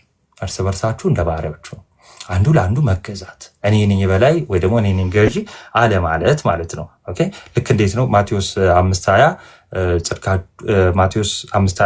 እንዲህ ይላል ጽድቃችሁ ከጸሐፎችና ከፍሪሳውያን ጽድቅ ካልበለጠ ወደ መንግስተ ሰማያት መግባት ከቶ አትችሉ የሚል የለ። ሰው ምን እያላቸው ነው? ህግ እንኳን የላችሁም፣ ከህግ ወጥታችኋል፣ ከህግ ባርነት ወጥታችኋል እንኳን ብላችሁ ይሄ አሁን የምትሰሩት ጽድቅ ግን ከህጉ ምን ማለት አለበት? መብለጥ አለበት። ስለዚህ የህይወት መርሃችሁን መልካሙ ፍሬ እያፈራችሁ በሃይማኖት ጸንታችሁ መኖር አለባችሁ። ስለዚህ ይሄን እንዲያደርጉ ሲመክራቸው አንደኛው የሰጣቸው መንገድ ምንድን ነው? እርስ በርሳችሁ ምን ሆኑ አለ? ባሪያዎቹ ነው። ኦኬ ባሪያዎቹ ነው ይላቸዋል። ከዛ 14 ላይ እንዴት እንደሚፈጸም ይነግራቸዋል። እንዴት እንደሚደረግ ሲነግራቸው ህግ ሁሉ በአንድ ቃል ይፈጸማል። ህግ ሁሉ በአንድ ቃል ይፈጸማል፣ እርሱም ባልንጀራህን እንደራስህ ውደድ በሚል ነው። ኦኬ ህግን የበላይ አድርገው የያዙትን ሰዎች ይሄው ህግን የበላይ አድርጋችሁ ይዛችኋል። ህግን ግን የምትፈጽሙት በመገረዝ አይደለም። ህግን የምትፈጽሙት በምንድን ነው እያለ ነው? በፍቅር። ስለዚህ ነቢያት ተሰቅለዋል አይደል ያለው? ኦኬ ስለዚህ ተፈጽሟል። ህግ ሁሉ የሚፈጸመው በምንድን ነው አለ? በፍቅር ነው። ይሄንን ጌታችን መድኃኒታችን ኢየሱስ ክርስቶስ ጠቅሷል ማለት ነው። እሺ አጠር ለማድረግ ነው 15 እንዲህ ይላል፣ ነገር ግን እርስ በርሳችሁ ብትነካከሱና ምን አለ? ብትነካከሱና ብትበላሉ እርስ በርሳችሁ እንዳትጠፋፉ ተጠንቀቁ አለ። ሁለት ነገር አመጣ እዚህ ጋር። ምንና ምን? መነካከስና መበላላት ማለት ነው። ምን ማለት መሰላችሁ? መነካከስ ኤክስፕሬሽን ነው። ልክ አሁን የስሜት የቁጣን ስሜት መግለጫ ነው። እሺ ሁለቱም ሰዋዊ አይደሉም። ይሄ እኛ ማድረግ የለብንም፣ ክርስቲያኖችም ማድረግ የለብንም። ሁለቱንም መነካከስም መበላላትም የለም። ለዛ ነው ምን አላቸው? አሁን በጣም ተጨንቋል። ለደቀ መዛሙርቱ ሐዋርያው ቅዱስ ጳውሎስ ይጨነቃል፣ ባይዘው ሲገስጻቸውም ማለት ነው። እና እንደተነካከሱ እንደተበላሉ ያውቃል። ግን ምን አለ? እንደተነካከሳችሁ እንደተበላላችሁ አላለም። ኦኬ አላለም። ግን ምን ይሰጣቸዋል? መፍትሄውን ይሰጣቸውና ወይ ደግሞ ምክሩን ሲሰጣቸው ጥፋታቸውን እንዲለዩ ያደርጋል ማለት ነው። ቅዱስ ዮሐንስ አፈወርቅ በምን ምሳሌ ይሰጣል? ለምሳሌ ይላል ሴሰኛን ሰው ስለ ሴሰኝነቱ ሳይሆን ስለ ንጽህና ማስተማር ማለት ነው። ስለ ንጽህና ስታስተምረው ሴሰኝነቱን ይማራል። የራሱን ጥፋት በሌላ በተዘዋዋሪ እየነገርከው ስለሆነ ልክ እንደዛ ነው ሐዋርያው ቅዱስ ጳውሎስ የተጠቀመው። ከዛስ ምን አለ? ብትነካከሱ አለ። ኦኬ እንደው ከክፋት ያልሆነ ኦኬ ስሜት በቁጣ በስሜት ሆናችሁ ብትነካከሱ፣ ከዛ ከመነካከስ ደግሞ አልፎ መበላላት ደግሞ ጭካኔ የተሞላው ነው። አውሬነታ ከውስጣችሁ ደግሞ እንደ ከአውሬነት ሆኖ እርስ በርሳችሁ ብትበላሉ ከዛ ምን አለ? እንዳትጠፋፉ ተጠንቀቋል። አሁን ቁጣ ምን ቅድም እንደተባለው መግቢያው ላይ በሌላ እንትን ቢሆን ተናግሮታል። እነዚህ ነገሮች ለምን ስር ናቸው? የኃጢአት ስር ናቸው። አሁን ለመግደል የመጀመሪያው ቁጣ ለግድያው ስር ነው። ኦኬ ሰው ወደ መግደል የሚሄደው መጀመሪያ ሲቆጣ ነው። ኦኬ እነዚህ ነገሮች ግን ካሏችሁ አለ ኦኬ ትጠፋፋላችሁ። እንዳትጠፋፉ ተጠንቀቋል። ትጠፋፋላችሁ ራሱ አይደለም ያለው፣ ወይ ደግሞ ትጠፋላችሁ አላለም። እርስ በርሳችሁ ትገዳደላላችሁ እያለ አይደለም። ኦኬ እንደዛ እንዳይሆን ተጠንቀቁ እያለ እየነገራቸው ነው ማለት ነው። ከዚህ በኋላ ወደ መንፈሳዊ ወደ ህይወት ምክር ይገባል። ምን ይላቸዋል? ነገር ግን እላለሁ በመንፈስ ተመላለሱ። ስለዚህ በምን ተመላለሱ? በመንፈስ ተመላለሱ ይላቸውና የስጋን ምኞት ከቶ አትፈጽሙ ይላል። የስጋን ምኞት ይሄ ግልጽ ነው። የስጋን ምኞት ሲል ምን እያለ ነው? የተበላሸውን ሐሳብ ወይ ደግሞ ይሄ ዓለማዊውን ነገር ከቶ እሱን አትፈጽሙ ይላል። ከዛ ስጋ በመንፈስ ላይ መንፈስም በስጋ ላይ ይመኛል። ይህንን አንዳንዴ ስጋ በመንፈስ መንፈስ በስጋ የሚለው ነፍስና ስጋ አድርገው አንዳንዶች ነው ያልኩት፣ የኛ አባቶች አይደለም እያልኩ ያለሁት ግን አንዳንዶች ይወስዳሉ እና ሐዋርያው ቅዱስ ጳውሎስ እንዲህ ሊል ፈልጎ ነው ይላሉ። እና ነፍስና ስጋ የሚቀዋወሙ ከሆነ አንድ ሊሆኑ አይችሉም። እንደውም ቅዱስ ዮሐንስ አፈወርቅ አንድነታቸው ነው እንደው የሚታየኝ፣ የነፍስና የስጋ እንደውም አንድነታቸው። ለምን? ይኸው ስለ ስጋ ነፍስ ካልተጨነቀች፣ ስጋ ደግሞ ስለ ነፍስ ካልተጨነቀ እንዴት ይሆናል? ኦኬ ያኔ መጠፋፋት ይሆናል፣ አንድነቱ አይኖርም። ከዛስ ምን አለ? እነዚህ እርስ በርሳቸው ይቀዋወማሉ። ምንና ምን? ስጋ በመንፈስ ላይ መንፈስም በስጋ ላይ። ስለዚህ ስጋ እያለ ያለው የትኛውን ነው ማለት ነው? ይሄን ቦዲ ነው አካል አይደለም። ስጋ እያለ ያለው ዓለማዊ ሐሳቡን ነው። እሺ ግብሩን ነው። ስጋ እያለ ያለው ምንድነው? እዚህ ጋር ግብሩን ነው እንጂ ይሄ ቦዲያችንን አይደለም። ቦዲያችንን እያለ አይደለም። ካልተሳሳትኩ አንዴ ጄሮም ዌት አንዴ ይቅርታ በጣም አኪራ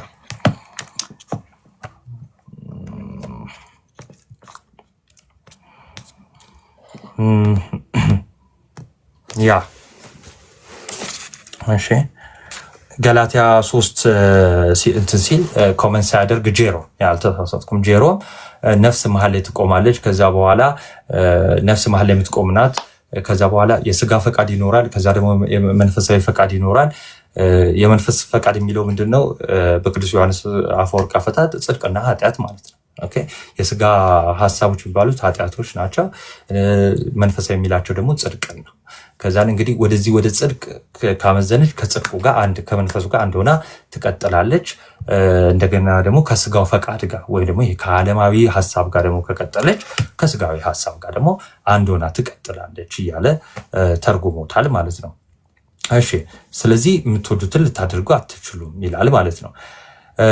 በመንፈስ ብትመሩ ግን ከህግ በታች አይደላችሁ ማለት ቅድም እንደነገርኳችሁ ነው። በህግ ውስጥ መሆን ማለት ህግን መተግበር ማለት ነው። ከህግ በታች መሆን ማለት ደግሞ ባሪያ መሆን ማለት ነው። ባሪያ መሆን ማለት ነው። ይኸው በመንፈስ ብትመሩ ግን እሺ፣ በመንፈስ ብትመሩ ግን ከህግ በታች አይደላችሁ ምን ማለት መሰላችሁ? መንፈሳውያን ብትሆኑ ወይ ደግሞ መልካሙን ፍሬ እያፈራችሁ ኦኬ፣ ጽድቅን እየሰራችሁ ብትቀጥሉ ከእግዚአብሔር ካልተለያችሁ መንፈሳውያን ሆናችሁ ከቀጠላችሁ ከህግ በታች አትሆኑ፣ አትገዙም፣ ባሪያ አትሆኑም። እንዴት ነው ባሪያ የማትሆኑት? ለምሳሌ ጌታችን ቅድም የጠቀስነውን ማለት ነው። ምን ትእዛዝ ነው የሰጠው? ለቀድሞ አትግደል እንደተባለ ሰምተሃል። ግን እኔ ላለው የሆነ እንትን ፐዝል ምናምን መጣብኝ።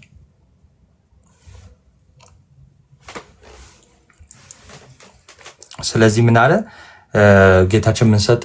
ለምሳሌ ለቀድሞ አትግደል ተብሏል። ስለዚህ እኔ ላለው ወንድሙ ላይ የሚቆጣ ፍርድ ይገባዋል ይላል። ስለዚህ ምን አለ? በመንፈስ የሚመላለስ ሰው ከጅምሩ ቁጣ ከሌለበት ስለ መግደል እንዴት ይነገረዋል?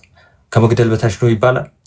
ሰዎች የሚያደርጉት ይሄ ፍትወታቸውን ኃጢአታቸውን በምን ስራ አድርገው ነው? በህግ ስራ አድርገው ነው ማለት ነው። አሁን ግን ያንን የምናሸንፍበት ከህግ ስር ሆነን አይደለም፣ ጸጋዋል ያንን ፍትወት፣ ኃጢአተኝነት፣ ዓለማዊነት እነዚህን የምናሸንፍበት ጸጋውን የተሰጠን ህጉ አይደለም።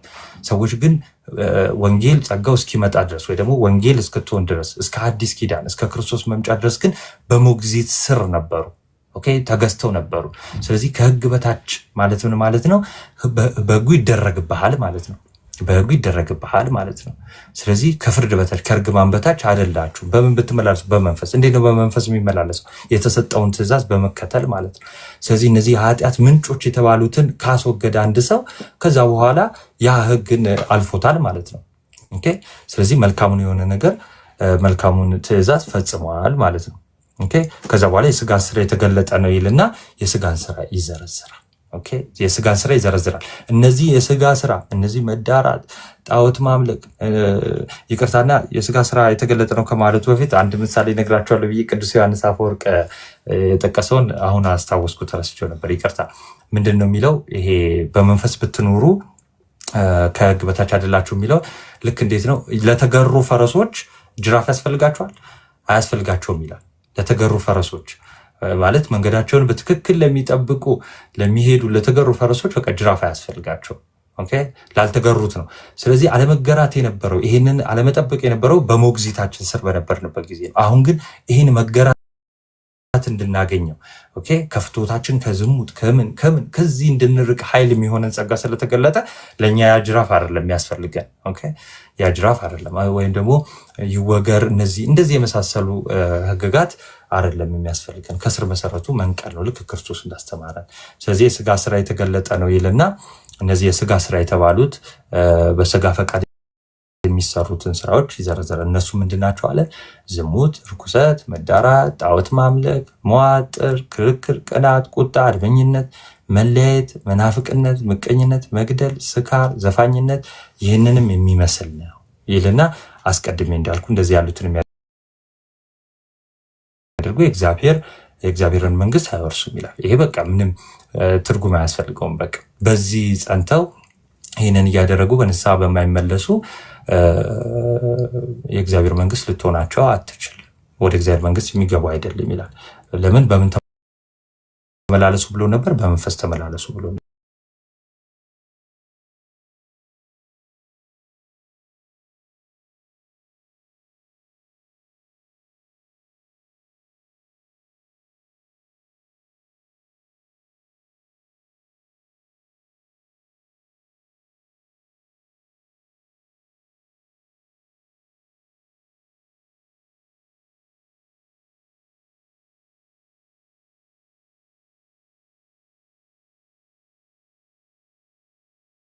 ኪዳንም በአዲስ ኪዳንም እነዚህን የሚከለክል የለም። ኦኬ እነዚህን የሚከለክል ምንም የለም። ሰው ማድረግ ከበደው እንጂ በቃ የሚከለክል እነዚህ ይህንን አታድርግ ብሎ ለነዚህ የወጣላቸው ትእዛዝ ምንም የለም። እነዚህን አድርጉ ቀጥሉ ብሎ ሐዋርያው ቅዱስ ጳውሎስ ይናገራል። በመጨረሻ ከዛስ የክርስቶስ ኢየሱስ የሆኑት የስጋን ከክፉ መሻቱና ከምኞቱ ጋር ሰቀሉት ይላል። ቅድም ስጋ ምንድነው ብያችኋለሁ። ራሱ ይሄ ስጋ ነው አይደለም። እንደውም ቅዱስ ዮሐንስ አፈወርቅ የተሰቀለማ ከሆነ እንዴትስ ከዛ በኋላ ህይወት ይኖረውና እንዴት መልካሙን ስለማድረግ ይችላል ይላል። ስለዚህ የተሰቀለው ይሄኛው ስጋችን ሰቀሉት ሳይሆን ይሄ ፊዚካሊ የስጋን ስራ ማለት ነው፣ ወይ ደግሞ ዓለማዊነት ወይ ደግሞ እነዚህ የተዘረዘሩ የስጋ ፈቃዶች የሚባሉ አሉ። እነሱን እምቢ ማለት ነው። በእነሱ ውስጥ አለመኖር አለመገኘት እነሱን አደረጉ። ወይ ደግሞ በመንፈስ ፍሬ በመልካሙ ተመላለሱ። ስለዚህ ያ ነው ባጭሩ። በመንፈስ ብንኖር በመንፈስ ደግሞ እንመላለስ ይላል። ቅድም እንዳልኳችሁ ነው።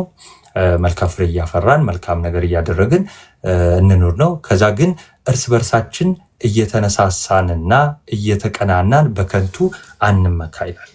የክፋት ሁሉ ምንጭ ምንድን ነው? መመካት። በቀችን ይሄ የመጨረሻው ቁጥር ነው። እርስ በርሳችን እየተነሳሳና እየተቀናናን አለ። ከዛስ እነዚህን ሁሉ ካለ በኋላ ሁለቱ ከጠቀሰ በኋላ እየተነሳሳን አንዱ በአንዱ ላይ እየተነሳ ከዛ በኋላ አንዱ በአንዱ ላይ እየተቀናና ካለ በኋላ ግን ምን አለ? በከንቱ አንመካል። ስለዚህ ይሄ በከንቱ የምንመካው ምንድን ነው? ቅናትን ያመጣል። ኦኬ የቅናት እናቱ ናት፣ አስገኘ ናት። ቅናትን ያመጣል። ቅናት ደግሞ ምን ያመጣል? ክፋቶች፣ ብዙ አይነት ክፋቶችን ያመጣል። ይሄ ነው የሚባሉ ሳይሆን ብዙ አይነት። ስለዚህ መመካታችን በከንቱ አይሁን።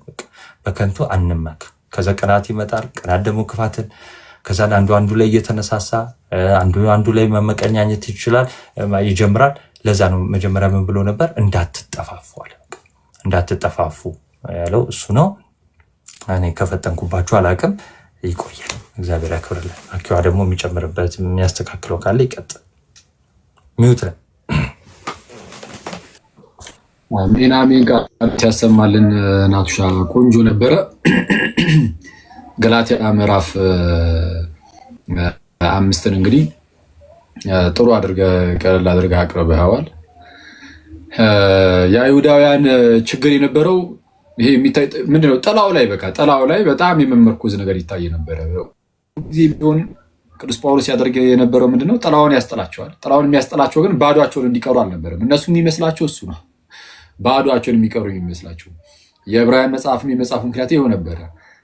ይዘው ተሸክሙት የቆዩት ነገር መጣል ያለበት ነገር ይጣላል። በነገራችን ላይ ምን ሆኖ ሲመጣ ጥላ ነገር ብቻ ሆኖ ፍጻሜን የሚፈልገው በአካሉ በክርስቶስ ሲሆን ጥላውን የሚያስጠላቸው አካሉን ለመስጠት ነው፣ የተሻሉን ለመስጠት እና ብዙዎቹ አይሁዳውያን ግን በመገረዝ ላይ ብቻ እየተመኩ ኃጢአትን እንደማይሰሩ እያስመሰሉ እንደዚሁ ብቻ በውስጥ የማድረግ ነገር ነበረ ትልቁ ችግራቸው።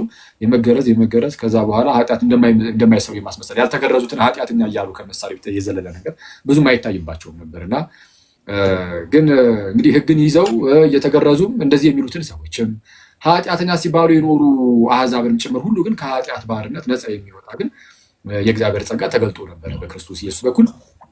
ስለዛ ይህም ጸጋ ደግሞ ሲገለጥ በሕግ በኩል አልተገለጠም እና ያ ጸጋ ከመጣ በኋላማ ነው። እሺ አብረው አጠፋኸው ፓፓ። ኧረ እኔ ትልቁ ላይ ላረግህ ነበረ። እንዴት ይቅርታ ወንድማቸው። ኧረ በድንግል ችግር የለም። እሺ ቆይ ሞዴሬተር ሞዴሬተሮቹም እየሰሩ ስለሆነ ነው። ቆይ አንተም ሞዴሬተሮችም እኩል እያደረጋችሁ ስለሆነ ክላሽ አደረገ ትላለህ እና ጳውሎስ የሚለን ምንድነው? በቃ የእግዚአብሔርን ጸጋ የተቀበለ ነፃ የወጣ ሰው ነው። ከዛ ከተቀበላችሁ ጸጋ የተነሳ የስጋ ፈቃድን ከቶ አትፈጽሙ። አሁን ቅድም እንደተባለው የስጋን ፈቃድ ከቶ አትፈጽሙ። ስለዛ የስጋ ፈቃድን እየተውን በመንፈስ ልንመላለስ ይገባል። 6ኛው ምዕራፍ በነገራቸው ያው የስጋ ፈቃድን እየፈጸመ የሚኖር ካለ የእግዚአብሔርን ጸጋ ተቀብሉ። ግን እንደ ስጋ ፈቃድ እመላለሳለሁ ካለ አንድ ሰው ይሞታል፣ ይሞት ዘንድ አለው። የእግዚአብሔር መንግስት አይወርስም። በመንፈስ የሚመላለስ ከሆነ ከነዛ ኃጢአቶች የሚርቅ ከሆነ ግን እርሱ የእግዚአብሔር መንግስት ይወርሳል። ስለዛ በምልአት ያገኛል ማለት ነው። ልክ ጴጥሮስም እንደሚናገረው የእግዚአብሔርን መንግስት በምልአት ያገኛል እና ምዕራፍ 6 እሱ የእሱ ባይዚህ አሁን ኦልሞስት እንደማጠቃለያ ነው። ምዕራፍ 6 ያው እንደሚታወቀው እንደማጠቃለያ ነገር ነው። ግን አሁን ስትሬት ትምህርት ስለነበረ ሰዎችንም ማርከም ሊሆን ስለሚችል በቃ እንግዲህ ምዕራፍ 6ን ቀጣይ ትሄድበታለህ። ያን ያህል ብዙ ሰዓት የሚወስድ አይደለም እውነቱን ለመናገር ቀለል ተደርጎ በ10 በ15 ደቂቃ ውስጥ እየተነበበ ብቻ ሊታለፍ የሚችል ነገር ነው። ያው ዋናው ሀሳቦቹ ኮንሰፕቶቹ ሁሉ ስለተነሱ እስከ ምዕራፍ 5 ድረስ እንዳን ኦልሞስት እንትን የሆነ ራፍሊ ትንሽ የሚኬድበት ነገር ነው። ግን እረፍት ያድርጉና ወይ ቀጣይ ቀን ሂድበት ምናምን። ቴንኪው እግዚአብሔር ያክብርልን ናቱ። ሻኪዋ አሁን እነሱ አላሉ። እስቲ ኮመንት ይጻፉልን። ደከመሽ እንዴ ፓፓ? እንትን ይላል እንጂ ኦልሞስት ወደ 50 ደቂቃ ምናምን ስላስተማርክ አንድ ሰው ለ50 ደቂቃ ተምሮ አሁንም ድጋሚም ልማር ካለ ከባድ ነው። እያረፉ ይሻላል እንዳናበዛባቸው በሚለው ነው። ይሄ በጣም እንትን ይበል ወደ ውስጣቸው በደንብ ሲንክ ያርግላቸው ምናምን። ያ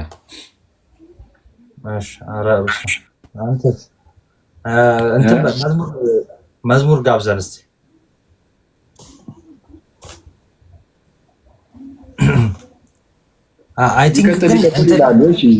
ራፍሊ ሊድበት ወይ ይቀጥል ይላሉ ብዙ ትንሽ ደቂቃ 10 ደቂቃ ብቻ በቃ። እሺ 10 ደቂቃ እንሂድበት። እሺ ንግለቱ አንዴ መጽሐፍ ቅዱስ አንዴ ቆይ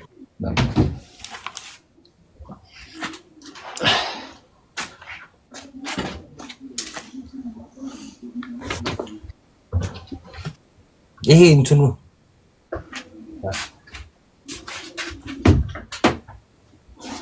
ምን አልከኝ ናቱ?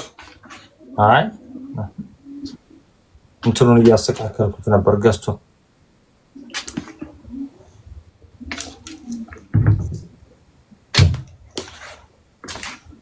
ለታርጌ ነበር።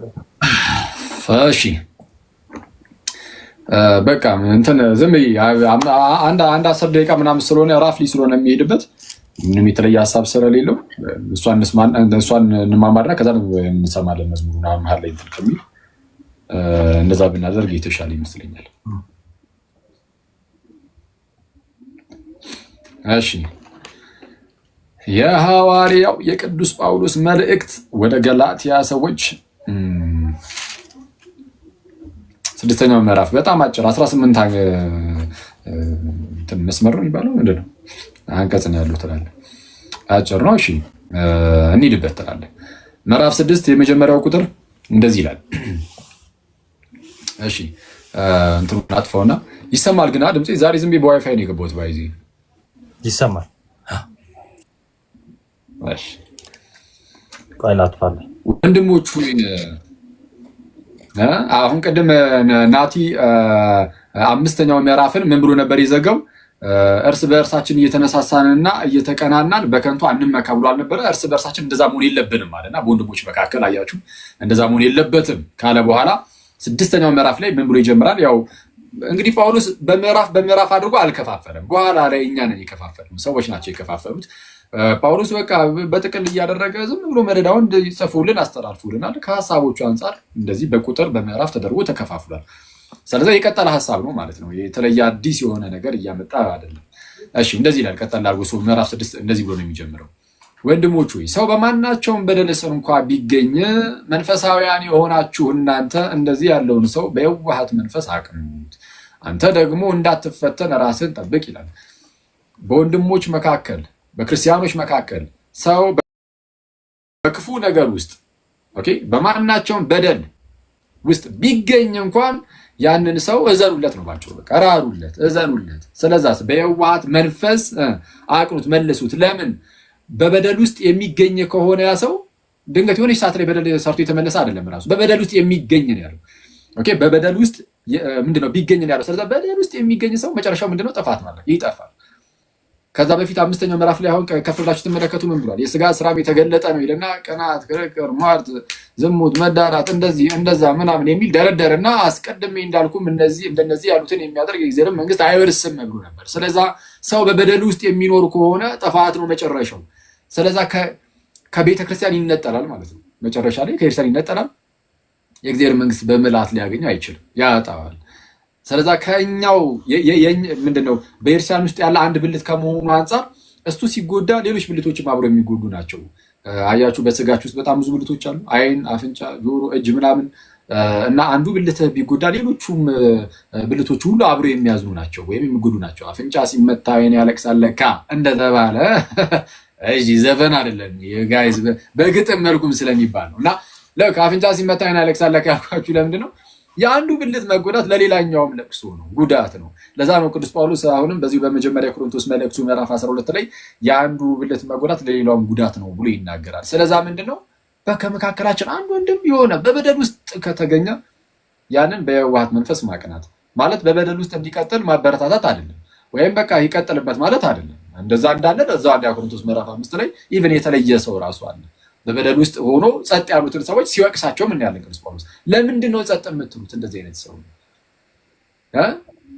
እናንተም ደግሞ ግብዞች ሆናችኋል እያለ ይወቅሳቸዋል። እና ልትለዩት አይገባም ወይ?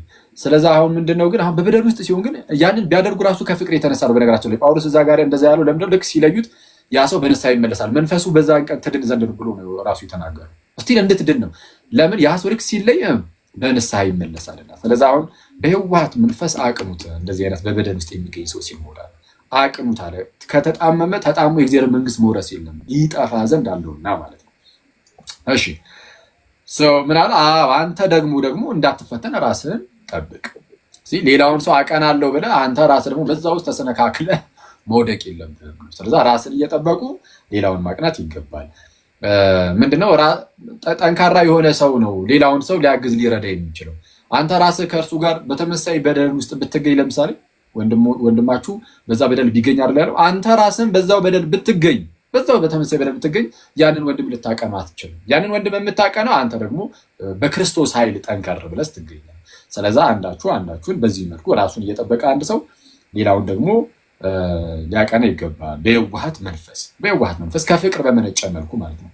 ከእናንተ እያንዳንዱ የአንዱን ሸክም ይሸከም እንዲሁም የክርስቶስን ሕግ ይፈጽም ይላል። ከእናንተ እያንዳንዱ የአንዱን ሸክም ደግሞ ይሸከም። ዝም ብሎ በግል የመሮጥ ብቻ አይደለም ክርስትና፣ አንዱ የአንዱን ሸክም እየተሸከመ እንደዛ ነው። እና እንደዚሁ ደግሞ የክርስቶስን ሕግ ፈጽሙ ይላል። ጌታችን ኢየሱስ አንድ ትልቅ የሆነ ሕግ ሰጥቶናል፣ እርስ በእርሳችሁ ተዋደዱ። ስለዛ መዋደድህ ደግሞ የሚታየው በስራ ነው፣ በስራ የሚገለጥ ነው። ዮሐንስ በመልእክቱ ይህንን ይናገራል።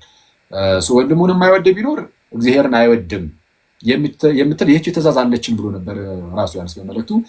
በዛው በመልእክቱ ደግሞ ምን ብሎናል? በስራ ተዋደዱ። ስለዛ በስራ መዋደድ የሚባል ነገር አለ።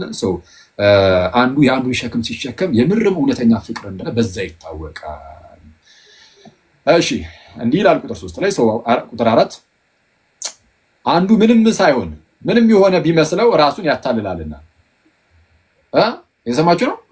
አንዱ ምንም ሳይሆን ምንም የሆነ ቢመስለው ራሱን ያታልላልና። ምን ማለት ነው?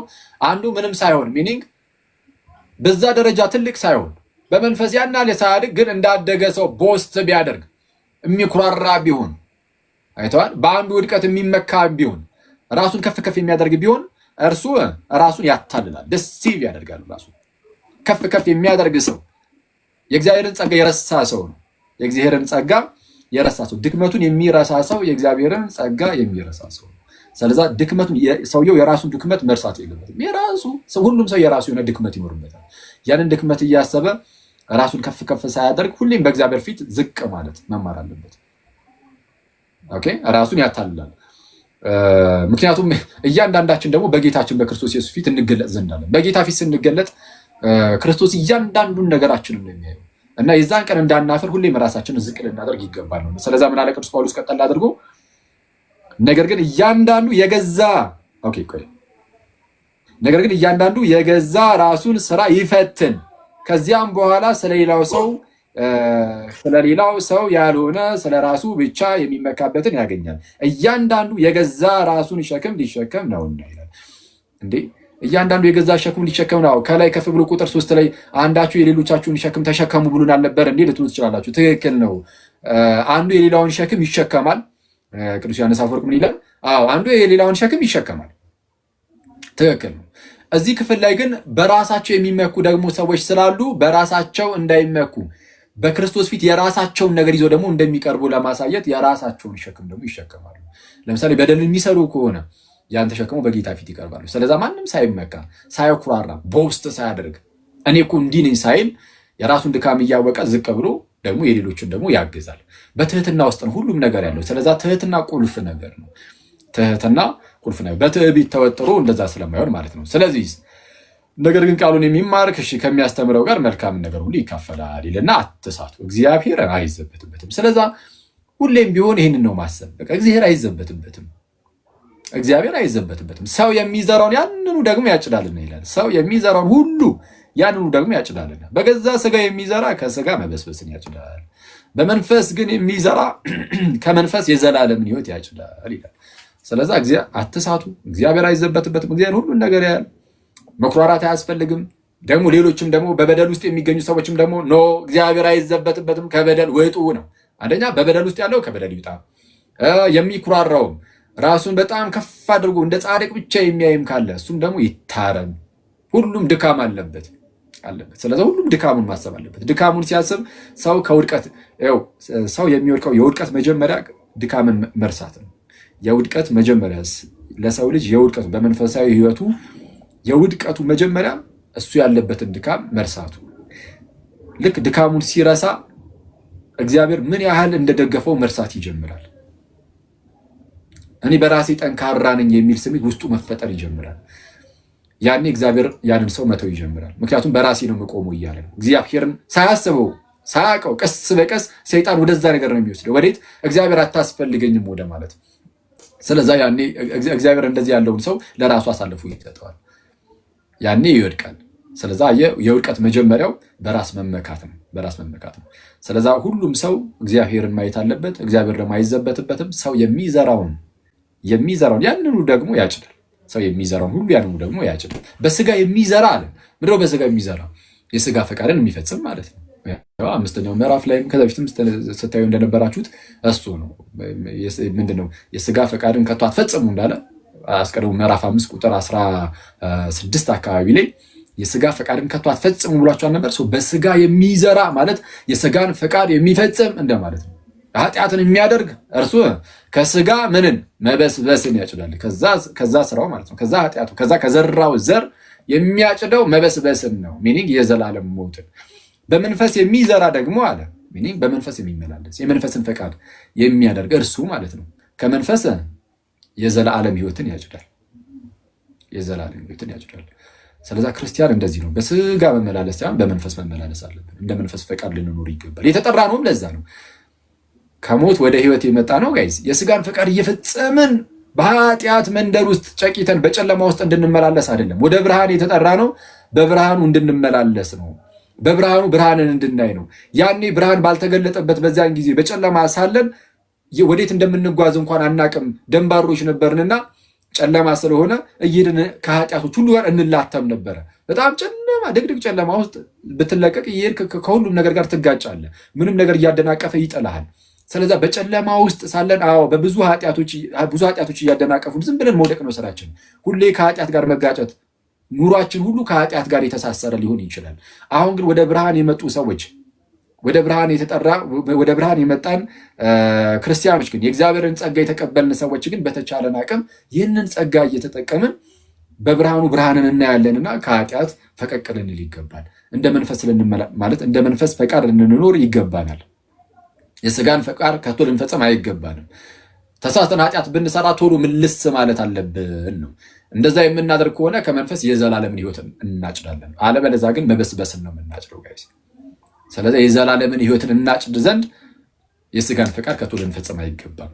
እንደ መንፈስ ፈቃድ ልንመላለስ ይገባል። ስለዚህ ባንዝልም አለ በጊዜው እናጭዳለንና መልካምን ስራ ለመስራት አንታክት ይላል። ቁጥር 10 ላይ ነው 9 ላይ እሺ ቁጥር 9 ደርሰናል። ባንዝልም በጊዜው እናጭዳለንና መልካም ስራን ለመስራት አንታክት። አይተዋል። መልካም ስራን መስራት አለብን። ኦኬ እሺ እስቲ ለማን መልካም መሆን ያለብን? ለሁሉም ለየትኛውም ሰው መልካም መሆን አለብን። በተለይ ደግሞ ለሃይማኖት ሰዎች አይደለ?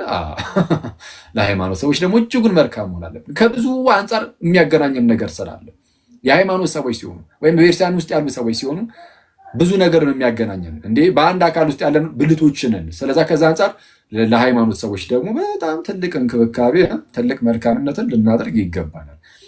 ምን አለ ቅዱስ ጳውሎስ? ባንዝልም በጊዜው እናጭዳለንና መልካምን ስራን ለመስራት አንታክት። እንግዲያስ ጊዜ ካገኘን ዘንዳ ለሰው ሁሉ ይልቁንም ለሃይማኖት ቤተሰቦች መልካም እናድርግ። ለሰው ሁሉ ይልቁንም ለሃይማኖት ቤተሰቦች መልካምን እናድርግ። እንዲህ ብሎ ይናገርና ከዛ በኋላ ፍቅሩን ይገልጽላቸዋል። ምን ብሎ ቁጥር 11 ደረስን። ጨረስን ማለት ነው ጋይዝ። ኦልሞስት እየጨረስን ነው። አሁን እያጠቃለለው ነው። አሁን ጳውሎስ ያጠቃልላል መልእክቱን ማለት ነው። ምን ብሎ እንዴት ባሉ ታላላቅ ፊደላት በእጄ እንደጻፍኩላችሁ እስቲ እዩ። እንዲህ ይላል። ምን አለ? እንዴት ባሉ ታላላቆች ፊደላት በእጄ እንደጻፍኩላችሁ እዩ። ስለዚህ አሁን ታላላቅ ፊደላት መጻፍ ከበድ ያለ ነገር ነው ማለት ነው አይደለ? አዎ። ሰው ከበድ ያለውን ነገር መርጬ ይጽፍላችኋል። ይሄ ፍቅሩን መግለጹ ነው።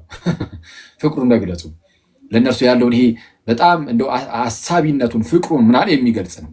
በስጋ መልካም ሆኖ ሊታዩ የሚወዱ ሁሉ እንድትገረዙ ግድ አሏችሁ። ከቅድም ጀምሮ እንግዲህ ማለት ከምዕራፍ 1 ጀምሮ ሲነገር የነበረ ነገር አለ አይደለም? ጂዶ ክርስቲያንስ አሉ፣ በጣም አጭበርባሪ መምህራን ማለት ነው። ጂዶ ክርስቲያን ስላቸው ከአይሁድ ወደ ክርስትና መጥተው የሚያናውጡ የእግዚአብሔርን ጸጋ በሕግ የሚገኝ እያስመሰሉ የሚያስቀምጡ ሕግን ከጸጋ ጋር እኩል አድርጎ ለማስቀመጥ የሚሞክሩ በሕግና በጸጋ መካከል ግልጽ የሆነ ልዩነት አለ። አለቅ አይደለ? በሕግና በጸጋ መካከል ያለው ልዩነት እስቲ ምንድን ነው? በሕግና በጸጋ መካከል ያለው ልዩነት ምንድን ነው?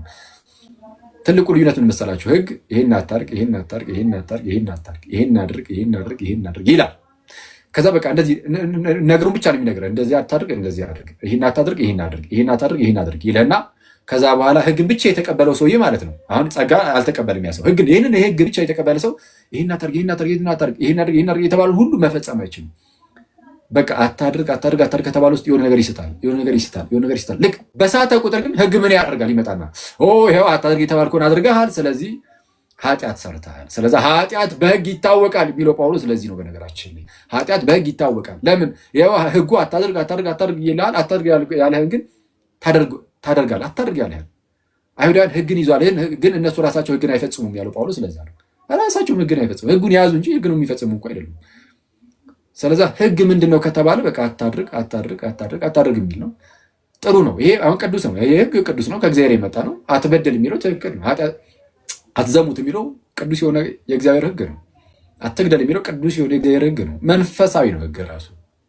ግን ምንድነው በቃ ትእዛዝ ብቻ ነው የሚሰጥ። ጸጋ ጋር ስትመጣ ግን ይህ ሕግ አታድርግ ሲላል ነበር። ጸጋ ልክ ሲመጣ ግን አታድርግ የተባሉ ነገሮችን ሁሉ እንዳታደርግ ኃይል የሚሆንህም ጭምር ነው። ለዛ ነው ሰዎችን ሁሉ የሚያድን የእግዚአብሔር ጸጋ ተገልጧል ይልና ይህም ጸጋ ኃጢአተኝነትና ዓለማዊ ምኞትን ክደን የተባረከውን ተስፋችንን እርሱም የታላቁ አምላካችንና የመድኃኒታችን የኢየሱስ ክርስቶስን ክብር መገለጥ እየጠበቅን እግዚአብሔርን በመምሰል ሕይወት ራስንን በመግዛት እንድንኖር ያስተምረናል አለ። ምን? ያ የተቀበልነው ሰዎችን ሁሉ የሚያድነው የእግዚአብሔር ጸጋ። አይታችኋል ልዩነቱም? በጸጋውና በሕጉ መካከል ያለው ልዩነት ይሄ ነው። ሕግ እንደ ሞግዚት ሆኖ በቃ መጥቷል። እምነት እስኪመጣ ድረስ በእምነት በኩል ጸጋን ስለምንቀበል ማለት ነው። እና ሕግ ሁሌም አታርግ ብቻ ነው። ምንም አቅም አይሰጥህም። አለቅ በቃ አታርግ የሚለውን ሕግን ብቻ ተሸክመ ኃጢአትን በሰራ ቁጥር ጭራሽ የሚከስህ ነው ሕግ። ጸጋ ግን ኃጢአትን እንዳታደርግ ከኃጢአት ባርነት ተላቀ ክርስቶስን በመምሰል ሕይወት ውስጥ ከፍ እያልክ እንድታደግ የሚያደርግህ ነው ጸጋ። እና እነዚህ ጂዶ ክርስቲያንስ ግን ሕግ ላይ ብቻ የሚንጠለጠሉ የእግዚአብሔርን ጸጋ የረሱ አይነት ሰዎች ነበሩ። እና እነሱን እነዚህን ሐሰተኛ መምህራንን ጳውሎስ በተደጋጋሚ ይወቅሳቸዋል። በገላትያ ውስጥ በጣም አደገኛ ነገር አደገኛ መታወክን ያደርጉ ነበር፣ ያውኩ ነበር እየገቡ። ስለዛ ጳውሎስ ሲነቅፋቸው ራሱ አይተናል። እንዴት እንደዚህ በፍጥነት ከክርስቶስ ወንጌል እንዴት እንደተለያችሁ እደነቃለሁ እስኪል ድረስ። ስለዛ ማንም ቢሆን እኛ ከሰበክነው ወንጌል የሚሰብክ ማንም ቢኖር የሰማይ መላእክት እንኳን ቢሆናል ኢቨን እኛ ራሳችን ብንሆናል። ጳውሎስ በጣም የሚያስገርም አሁን እሱ የተለየ ወንጌል መጥቶ አይሰብክም፣ ግን የነገሩን ክብደት ሲያሳይ ወይም ደግሞ ቅዱስ ሚካኤል መጥቶ የተለየ ወንጌል ሊሰብክ አይችልም፣ ግን የነገሩን ክብደት ሲያሳይ የተለየ ወንጌል በፍጹም ሰዎች መስማት እንደሌለባቸው ሲናገር እኛ ከሰበክነው ወንጌል የተለየ ማንም ቢሰብክ የሰማይ መላእክት ቢሆኑ እኛ ራሳችን ብንሆን የተረገመ ይሁን ብሎ ነው የሚዘጋው። ስለዛ የተለየ ወንጌልን የሚሰብኩ ሐሰተኛ ጂዶ ክርስቲያንስ ነበሩ። እና ስለ እነሱ ምን አለ? በስጋ መልካም ሆኖ ሊታዩ የሚወዱ ሁሉ እንድትገረዙ ግድ አሏችሁ። ነገር ግን ስለ ክርስቶስ መስቀል እንዳይሰደዱ ብቻ ነው። አይተዋል። ስለ ክርስቶስ መስቀል እንዳይሰደዱ ብቻ ነው። ኧረ እነዚህ የተገረዙ ናቸው ተብሎ ከሱ የተነሳ ብቻ እንዲተርፉ እንጂ የክርስቶስ መስቀል ግድ የማይላቸው ዝም ብሎ ብቻ ይሄ አንድ ጊዜ ለተቀበሉት ወግ ብቻ ህግ ብቻ የሚታተሙ ያ ህግ ፍጻሜውን እንዳገኘ እንኳን ያልገባቸው ያልተረዱ አይነት ሰዎች ናቸው። ስለዚህ የክርስቶስን መስቀል የሚያክፋፉ ናቸው። ጥላው ላይ ብቻ መረኮዛለሁ የሚል ሰው ካለ ወይም ጥላውን አንጠልጥዬ ነው የሚሄደው የሚል ካለ አካሉን እያናናቀ ነው። አካል ከመጣ በቃ ያንን ታስረጃለህ። ልክ ቅዱስ ጳውሎስ በዕብራውያን መልእክቱ ምዕራፍ 7 ላይ እንደተናገረው ነው። ምዕራፍ 8 ላይ ሐዲስ በማለቱ የኛው ኪዳን ማለት ነው ያለፈውን አስረጅቶታል ይላል። ያኛውን ግን እንደ አዲስ አሁንም ይዤው እቀጥላለሁ ካልክ ይሄንን ማናናቅ ነው። ስለዚህ የክርስቶስን መስቀል የሚያክፋፉ ናቸው እነዚህ። እሺ በስጋችሁ እንዲመኩ ልትገረዙ ይወዳሉ እንጂ የተገረዙት ራሳቸው እንኳን ህግን አይጠብቁም ማለት እነዚህ እኮ ተገርዘዋል ብሎ ቦስት ከማድረግ በዘለለ ያልተገረዙትን ከመሳደብ በዘለለ እነሱ ራሳቸው ኃጢአትን ከማድረግ አይቆጠቡ። ይገረዛሉ፣ ኃጢአትን ያደርጋሉ። በቃ መገረዝህ ከኃጢአት ነፃ እንድትሆን አያደርግም በፍጹም። መገረዝህ በራሱ ኃጢአትን እምቢ ብለህ ከኃጢአት ባርነት ነፃ እንድትወጣ የሚያደርግ አይደለም። ኦኬ በእግዚአብሔር መንግስት ውስጥ እንዳለ በዛ በእግዚአብሔር በኪዳኑ ህዝብ ውስጥ እንዳለ የሚያሳይ ነው። እሺ አይጠብቁም፣ ራሳቸው እንኳን ህግን አይጠብቁም ይልና ቁጥር 14 ነገር ግን ዓለም ለእኔ የተሰቀለበት እኔም ለዓለም የተሰቀልኩበት ከጌታችን ከኢየሱስ ክርስቶስ መስቀል በቀር ሌላ ትምክህት ኧረ ከእኔስ ይራቅ። በክርስቶስ ኢየሱስ አዲስ ፍጥረት። እሺ እዚህ ላይ ትንሽ ነገር ልበል። ዓለም ለእኔ ከተሰቀለበት እኔም ለዓለም ከተሰቀልኩበት ከጌታዬ ከክርስቶስ ኢየሱስ መስቀል በቀር ሌላ ትምክህት ኧረ ከእኔ ይራቅ ይላል። ትምክህቴ ዓለም የሚለው ምንድን ነው? ዓለም የሚለው ይህ ምድሩን ሰማዩን ምናምን አዋፋቱ ነው፣ እንደዛ አይደለም። ዓለም የሚለው እነዚህ ዓለማዊ የሆኑ ነገሮች ሁሉ ይሄ ክብሩ ምንድነው? ገንዘቡ፣ ሹመቱ፣ ይሄ የምታያቸው ይሄ ብልጭልጭ ነገሮች ሁሉ እነሱ ሁሉ ኧረ ለእኔ ትምክህት አይደሉም። በማናቸውም ኧረ እኔስ የምመካ አይደለሁም። እነሱ ለእኔ ኦልሬዲ ተሰቅለዋል። ስለዛ ለእኔ ምንም አይደሉም። ስለዚ ጳውሎስ እንደምንም አይቆጥራቸውም። የሀገር ሹመት ብታመጣለት ምንም። ልክ ቅዱስ አግናጢዎስ እንደተባለው ማለት ነው። አግናጢዎስ ዘአንጾኪያ ምን ብሎ ተናገረ? ዓለም ሁሉ በዓለም ሁሉ ላይ ንገስ ብባል እንኳን ነው የሚለው። በዓለም ሁሉ ላይ ንገስ ብባል፣ ዓለም ሁሉ የአንተ ይሁን ብባል እንኳን ምንድነው ክርስቶስን አሳልፌ ዓለምን ሁሉ ከኔ በታች ላደርገው አልፈልጉም ይልና ልክ ጌታችን የተናገረውን ይጠቅሳል። ሰው ዓለምን ሁሉ ቢያተርፍ ነፍሱን ካላዳነ ምን ይጠቅመዋል ይላል። ዓለምን ሁሉ ቢያተርፍ ሚኒንግ ዓለምን ሁሉ ቢያተርፍ ማለት ከሆነ ጥፋት ቢያድነው አይደለም። ዓለምን ሁሉ ቢያተርፍ ማለት ዓለም ሁሉ ለእርሱ ዓለም ሁሉ ለራሱ ቢያደርግ ትርፋማ ቢሆን፣ ዓለምን ሁሉ ቢያተርፍ ነፍሱን ግን ቢያጣ ምን ዋጋ አለው? ምን ይጠቅመዋል? ምንም አይጠቅሙም። የሆነች ሰዓት ላይ ወዲያው ያጠዋል ሙሉ በሙሉ። ስለዚህ አሁን ለጳውሎስ እንደዚህ አይነት ዓለማዊ ነገሮች ሁሉ ኦልሬዲ ተሰቅለዋል። እርሱም ለዓለም ተሰቅሏል፣ ዓለምም ለእርሱ ተሰቅሏል በክርስቶስ ኢየሱስ በኩል ማለት ነው።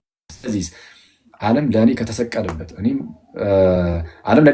ለዓለም ከተሰቀልኩበት ከጌታዬ ከክርስቶስ ኢየሱስ መስቀል በቀር ለእኔ ትምክህት የለኝም ብሎ ይናገራል። ሌላ ትምክህት ከእኔ ይራቅ ብሎ ይናገራል። ስለዛ ትምክህታችን የጌታችን የመድኃኒታችን የኢየሱስ ክርስቶስ መስቀል ነው፣ የስቅለቱ ማለት ነው። በዛ በስቅለቱ ውስጥ ትልቅ ማህተብ አለ። ምን አይነት ማህተብ? ምን አይነት ሲል አለ? ባለ የዘላለም ህይወት ስለ ህይወታችን እርሱ ነው ለዘላለም የምንኖርበት። እንዴ ትልቅ ገንዘብ አግኝተህ የሆነ ሰዓት ላይ ታጠዋለህ፣ አለቀ። ስትሞት ይዘው አትሄድም። ግን ለዘላለም የምንኖርበትን ግን ነገር ግን ሰጥቶናል። እርሱ የክርስቶስ መስቀሉ ነው። ሰው በክርስቶስ መስቀል በኩል ነው ለዘላለም የሚኖረው። እንደዚህ ያለ ሀብት ከየትም አይገኝም ጋይስ። እና በዚህ ሀብት ነው የምንመካው እንጂ ምድራዊ በሆነ ሀብት ልንመካ አይገባም። እሺ ስለዛ ምን አለ? በክርስቶስ ኢየሱስ አዲስ ፍጥረት መሆን ይጠቅማል እንጂ መገረዝ ቢሆን ወይም አለመገረዝ አይጠቅምምና። ስለዛ የምንመካው ስለተገረዝን ነው። ሰው ስለተገረዘ መመካት የለበትም። አይሁዳውያን ራሳቸው ቦስት ያደርጋሉ። እኛ የተገረዝን ነው አይደለም። በቃ ስለተገረዝክ አይደለም። በክርስቶስ ኢየሱስ አዲስ ፍጥረት መሆን እርሱ ይጠቅማል። በመስቀሉ ስራ በኩል ሰው አሮጌው ሰው አብሮ ይሰቀላል። ስለዛ አዲስ ሰው ስለሚሆን ክርስቶሳዊ ስለሚሆን ለዘላለም ይኖራል። ግን ስለተገረዘ ብቻ ግን ይህንን አያገኝም። በእምነት በኩል የእግዚአብሔርን ጸጋ በመቀበል ይህንን የሚያገኘው እንጂ በግዝረት አይደለም። ስለዛ ምን አለ ቅዱስ ጳውሎስ? በክርስቶስ ኢየሱስ አዲስ ፍጥረት መሆን ይጠቅማል እንጂ እሺ መገረዝ ቢሆን ወይም አለመገረዝ አይጠቅምም። መገረዝም ተገረዝክ አይ በቃ ያ ምንም የሚጠቅም ነገር የለም። አይ እኔ እኮ አልተገረዝኩም የሚጠቅመኝ ነው። አይ ስላልተገረዝኩም ምንም የሚጠቅም ነገር የለም። ስለዛ አህዛብ እንደው አይሁዳውያን እስከዛሬ ተገረዛችሁ፣ ከአይሁዳ ልጀምር። አይሁዳውያን እኛ የተገረዝነን እናንተ ኃጢአተኞች ናችሁ ይሉ ነበር አይደል? አህዛብን ነው እናንተ ስለተገረዛችሁ ምንም የምታመጡት ለውጥ የለም በሐዲስ ኪዳን። እርሱ እንደ ጥላ ሆኖ ነበረ፣ አካሉ ክርስቶስ መጥቷል። በክርስቶስ በኩል ብቻ ሰው አዲስ ፍጥረት ይሆናል። ስለዛ ምንም ጥቅም አታገኙም ስለተገረዛችሁ ነው። አህዛብም ደግሞ ኦኬ አይሁዳውያን እስከዛሬ ድረስ እየተገረዛችሁ ጥሩ ነገር አግኝታችኋል፣ አሁን ደግሞ እኛ ባለመገረዝ ደግሞ አይሁዳውያን ጥሩ ነገር እናገኛለን ይላሉ። ነው ስላልተገረዝክም ምንም የምትፈጥረው ነገር የለም። ማነው አህዛብ ስላልተገረዝክም የተገረዝከውም ያልተገረዝከውም ምንም የምትፈጥረው ታሪክ የለም። በሐዲስ ኪዳን በክርስቶስ በኩል ነው አዲስ ፍጥረት የምትሆኑ እንጂ በመገረዝ ባለመገረዝ አይደለም። ጊዜው የኛ ነው ጊዜው የኛ ነው ምናምን ሊሉ አይችሉም ማለት ነው። አህዛብም ራሳቸውም አሁን ጊዜው የኛ ነው ባለ ጊዜ ነን እና ሳንገረዝ ደግሞ ባለመገረዝ ውስጥ የምንቀበለው ነገር አለ የሚባል ነገር የለም። መገረዝ አለመገረዝ አይጠቅምም። በክርስቶስ ኢየሱስ አዲስ ፍጥረት መሆን እንጂ። ቁጥር 16 በዚህም ስርዓት በሚመላለስ ሁሉ ላይ በእግዚአብሔር እስራኤልም ላይ ሰላምና ምሕረት ይሆናል። በዚህ ስርዓት አሁን ባል ነው። በዚህ ስርዓት በሚመላለሱ ሁሉ ላይ በእግዚአብሔር እስራኤልም ላይ ሰላምና ምሕረት ይሁን። በእግዚአብሔር እስራኤል ይላታል ቤተክርስቲያን። ቤተክርስቲያን የእግዚአብሔር እስራኤል ነች። እውነተኛይቱ እስራኤል አሁን ቤተክርስቲያን ናት። በእግዚአብሔር እስራኤል ላይ ምሕረት ሰላም ይሁን ይልና እኔ የኢየሱስን ማኅተም በሥጋዬ ተሸክሜያለሁና ከእንግዲህ ወዲህ አንድ ስንኳ አያድክም ይላል። በጣም የሚያስገርመው የክርስቶስን ማኅተም በሥጋዬ ተሸክሜያለሁ ማለት የሆነ ነገር ዝም ብላ አንጠልጥለኝ መሄድ አይደለም። የክርስቶስን ማኅተም በሥጋዬ ተሸክሜያለሁ አለ። ማኅተቡ በእኔ ላይ ምን ማለት ነው? እዚህ ጋር የሆነ በሥጋ ዓይን የሚታይ የሆነ ማኅተብ እዚህ ላይ አለ ምናምን አይደለም። ግን አንድ አካል የሆነ ነገር ላይ የሆነ ማኅተብ አረፈ ማለት በቃ ለሆነ ነገር የተወሰነ ነው ማለት ነው ያ ነገር። ስለዛ ምንድነው ቅዱስ ጳውሎስ ምን አለ? የኢየሱስን ማኅተም በሥጋዬ ተሸክሜያለሁ አለ። እኔ ኦልሬዲ ስለዛ በቃ የክርስቶስ ሆኛለሁ። የኢየሱስን ማኅተም ነው የያዘው። ስለዛ በቃ እኔ የኢየሱስ ነኝ። ልክ በአንድ ወቅት ላይ ዲናርን ምንድነው ለቄሳር ግብርን መስጠት ይገባልና ተብሎ ጌታዬ ሲጠየቅ ዲናሩን አነሳና የማን ጽሕፈቱ የማን ነው የማንስ ካለበት ብሎ ሲጠይቃቸው የቄሳር አሉት። እንግዲያውስ የቄሳርን ለቄሳር የቄሳር ማኅተብ ያለበት ከሆነ እንግዲያውስ የቄሳር ነው። አሁን ደግሞ ቅዱስ ጳውሎስ ምን አለ? እኔስ የኢየሱስን ማኅተብ በሥጋዬ ተሸክሜያለሁ አለ። ስለዛ እኔ የኢየሱስ ነኝ። በቅባጭው ሙሉ በሙሉ የጌታችን የክርስቶስ ኢየሱስ ነኝ። ሰው የክርስቶስ ከሆነ ደግሞ በክርስቶስ በኩል ያለውን ባለጠግነት ያንን ሀብቱን ካየ ሙሉ በሙሉ ምድር ላይ ያለውን ዓለም ላይ ያለውን ይሄ ከንቱ ኃላፊ የሆነውን ነገር ሁሉ እየናቀ መሄድ ይጀምራል። ስለዛ የክርስቶስ ነን። የክርስቶስ የሆኑት ስጋን ከክፉ መሻቱ ሁሉ ጋር ሰቀሉት እንዳለ አሁን ቅድም 5ኛው ምዕራፍ ላይ አይደለ ስትል ነበር። የክርስቶስ የሆኑት እነርሱ ደግሞ ስጋን ከክፉ መሻቱ እና ከምኞቱ ጋር ሰቀሉት ይላል። ስለዛ ልክ የክርስቶስ ስንሆን እንደነዚህ ነገሮች ሁሉ የሚያደክሙን አይደሉም። ከክርስቶስ የተነሳ እነዚህ ነገሮች ሁሉ እንተዋለን። ወንድሞች ሆይ የመጨረሻው ጥቅስ ወንድሞች ሆይ የጌታችን የኢየሱስ ክርስቶስ ጸጋ ከመንፈሳችሁ ጋር ይሁን አሜን ብሎ ይዘጋል። አሜን ከሁላችን ጋር ይሁን እና ባጭሩ ይህን ይመስላል።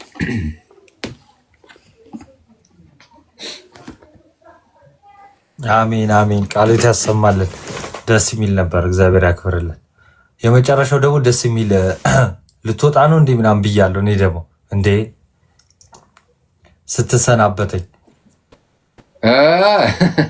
መጨረሻ ላይ የጳውሎስ ስንበት ነው። አይ ደስ ይላል። እግዚአብሔር ያክብርልን። እስቲ በቃ መዝሙር ጋብዘና ባይዘወይ ግን ከመዝሙሩ በፊት የሆነ ነገር ልናገር አኪዋ በዛውም የምትለው ካለ ማለት ነው። አሁን እዚህ ውስጥ ያላችሁ ክርስቲያኑ ምን አልከሽ?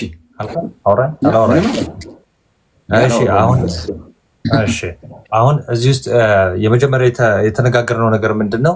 እንግዲህ የገላትያን መልእክት የተጻፈበት ዓላማ ተነጋግረናል አይደለ? ያው አኬም ነግሯቸዋል፣ እኔም ስገባ ያኔም ነግራቸዋለሁ ምናምን እና ደግሞ እኛ ደግሞ የምንማማርበት ዓላማ የእግዚአብሔር ቃል ከመሆኑ አንጻር በተጨማሪ ለምንድን ነው መሰላችሁ? የተለያየ እምነት ውስጥ ያሉ በተለያየ አይነት ዲኖሚኔሽን ውስጥ ያሉ ልክ ስለ መልካም ስራ ስታወሯቸው ይመጡና ሰው በስራ አይጸድቅም ብለው የሐዋርያው ቅዱስ ጳውሎስን ጥቅስ ይጠቅሱላቸዋል አይደለ? እና አሁን ስራ ሲባል ምንድን ነው? የህግ ስራ ሲባል ምንድን ነው? ሐዋርያው ቅዱስ ጳውሎስ ስለምንድን ነው እያወራ የነበረው? ዓላማው ምንድን ነው የሚለውን እንድትረዱና ለሚያነሱላችሁ ጥያቄ በቅንነት እንድትመልሱ ይረዳችኋል። እሺ አሁን ይህን መማራችሁ ስፔሻሊ ገላትያን መማራችሁ ይጠቅማችኋል። የህግ ስራ ምንድን ነው? እሱ አይጠቅምም ያለው ሰው አይጸድቅም በህግ ስራ ያለው ምንድን ነው? ይኸው ግዝረት ምናምን እንደሆነ አይተናል ነው ወይስ መልካም ስራ? ይኸው ዛሬ ሐኪም የሄደበት 5ም ቢሆን መልካም ስራ ደግሞ ምን እንደሆነ አይተናል። ስለዚህ ይህንን በደንብ ያዙት፣ አንበቡት። ቤታችሁ ደግሞ ስትገቡ ስለነበረን ቆይታ አምላካችን ስም የተመሰገነ ይሁን። ያስተማረን የመከረን የአባቶቻችን አምላክ ስሙ የተመሰገነ ይሁን። መዝሙር ጋብዘና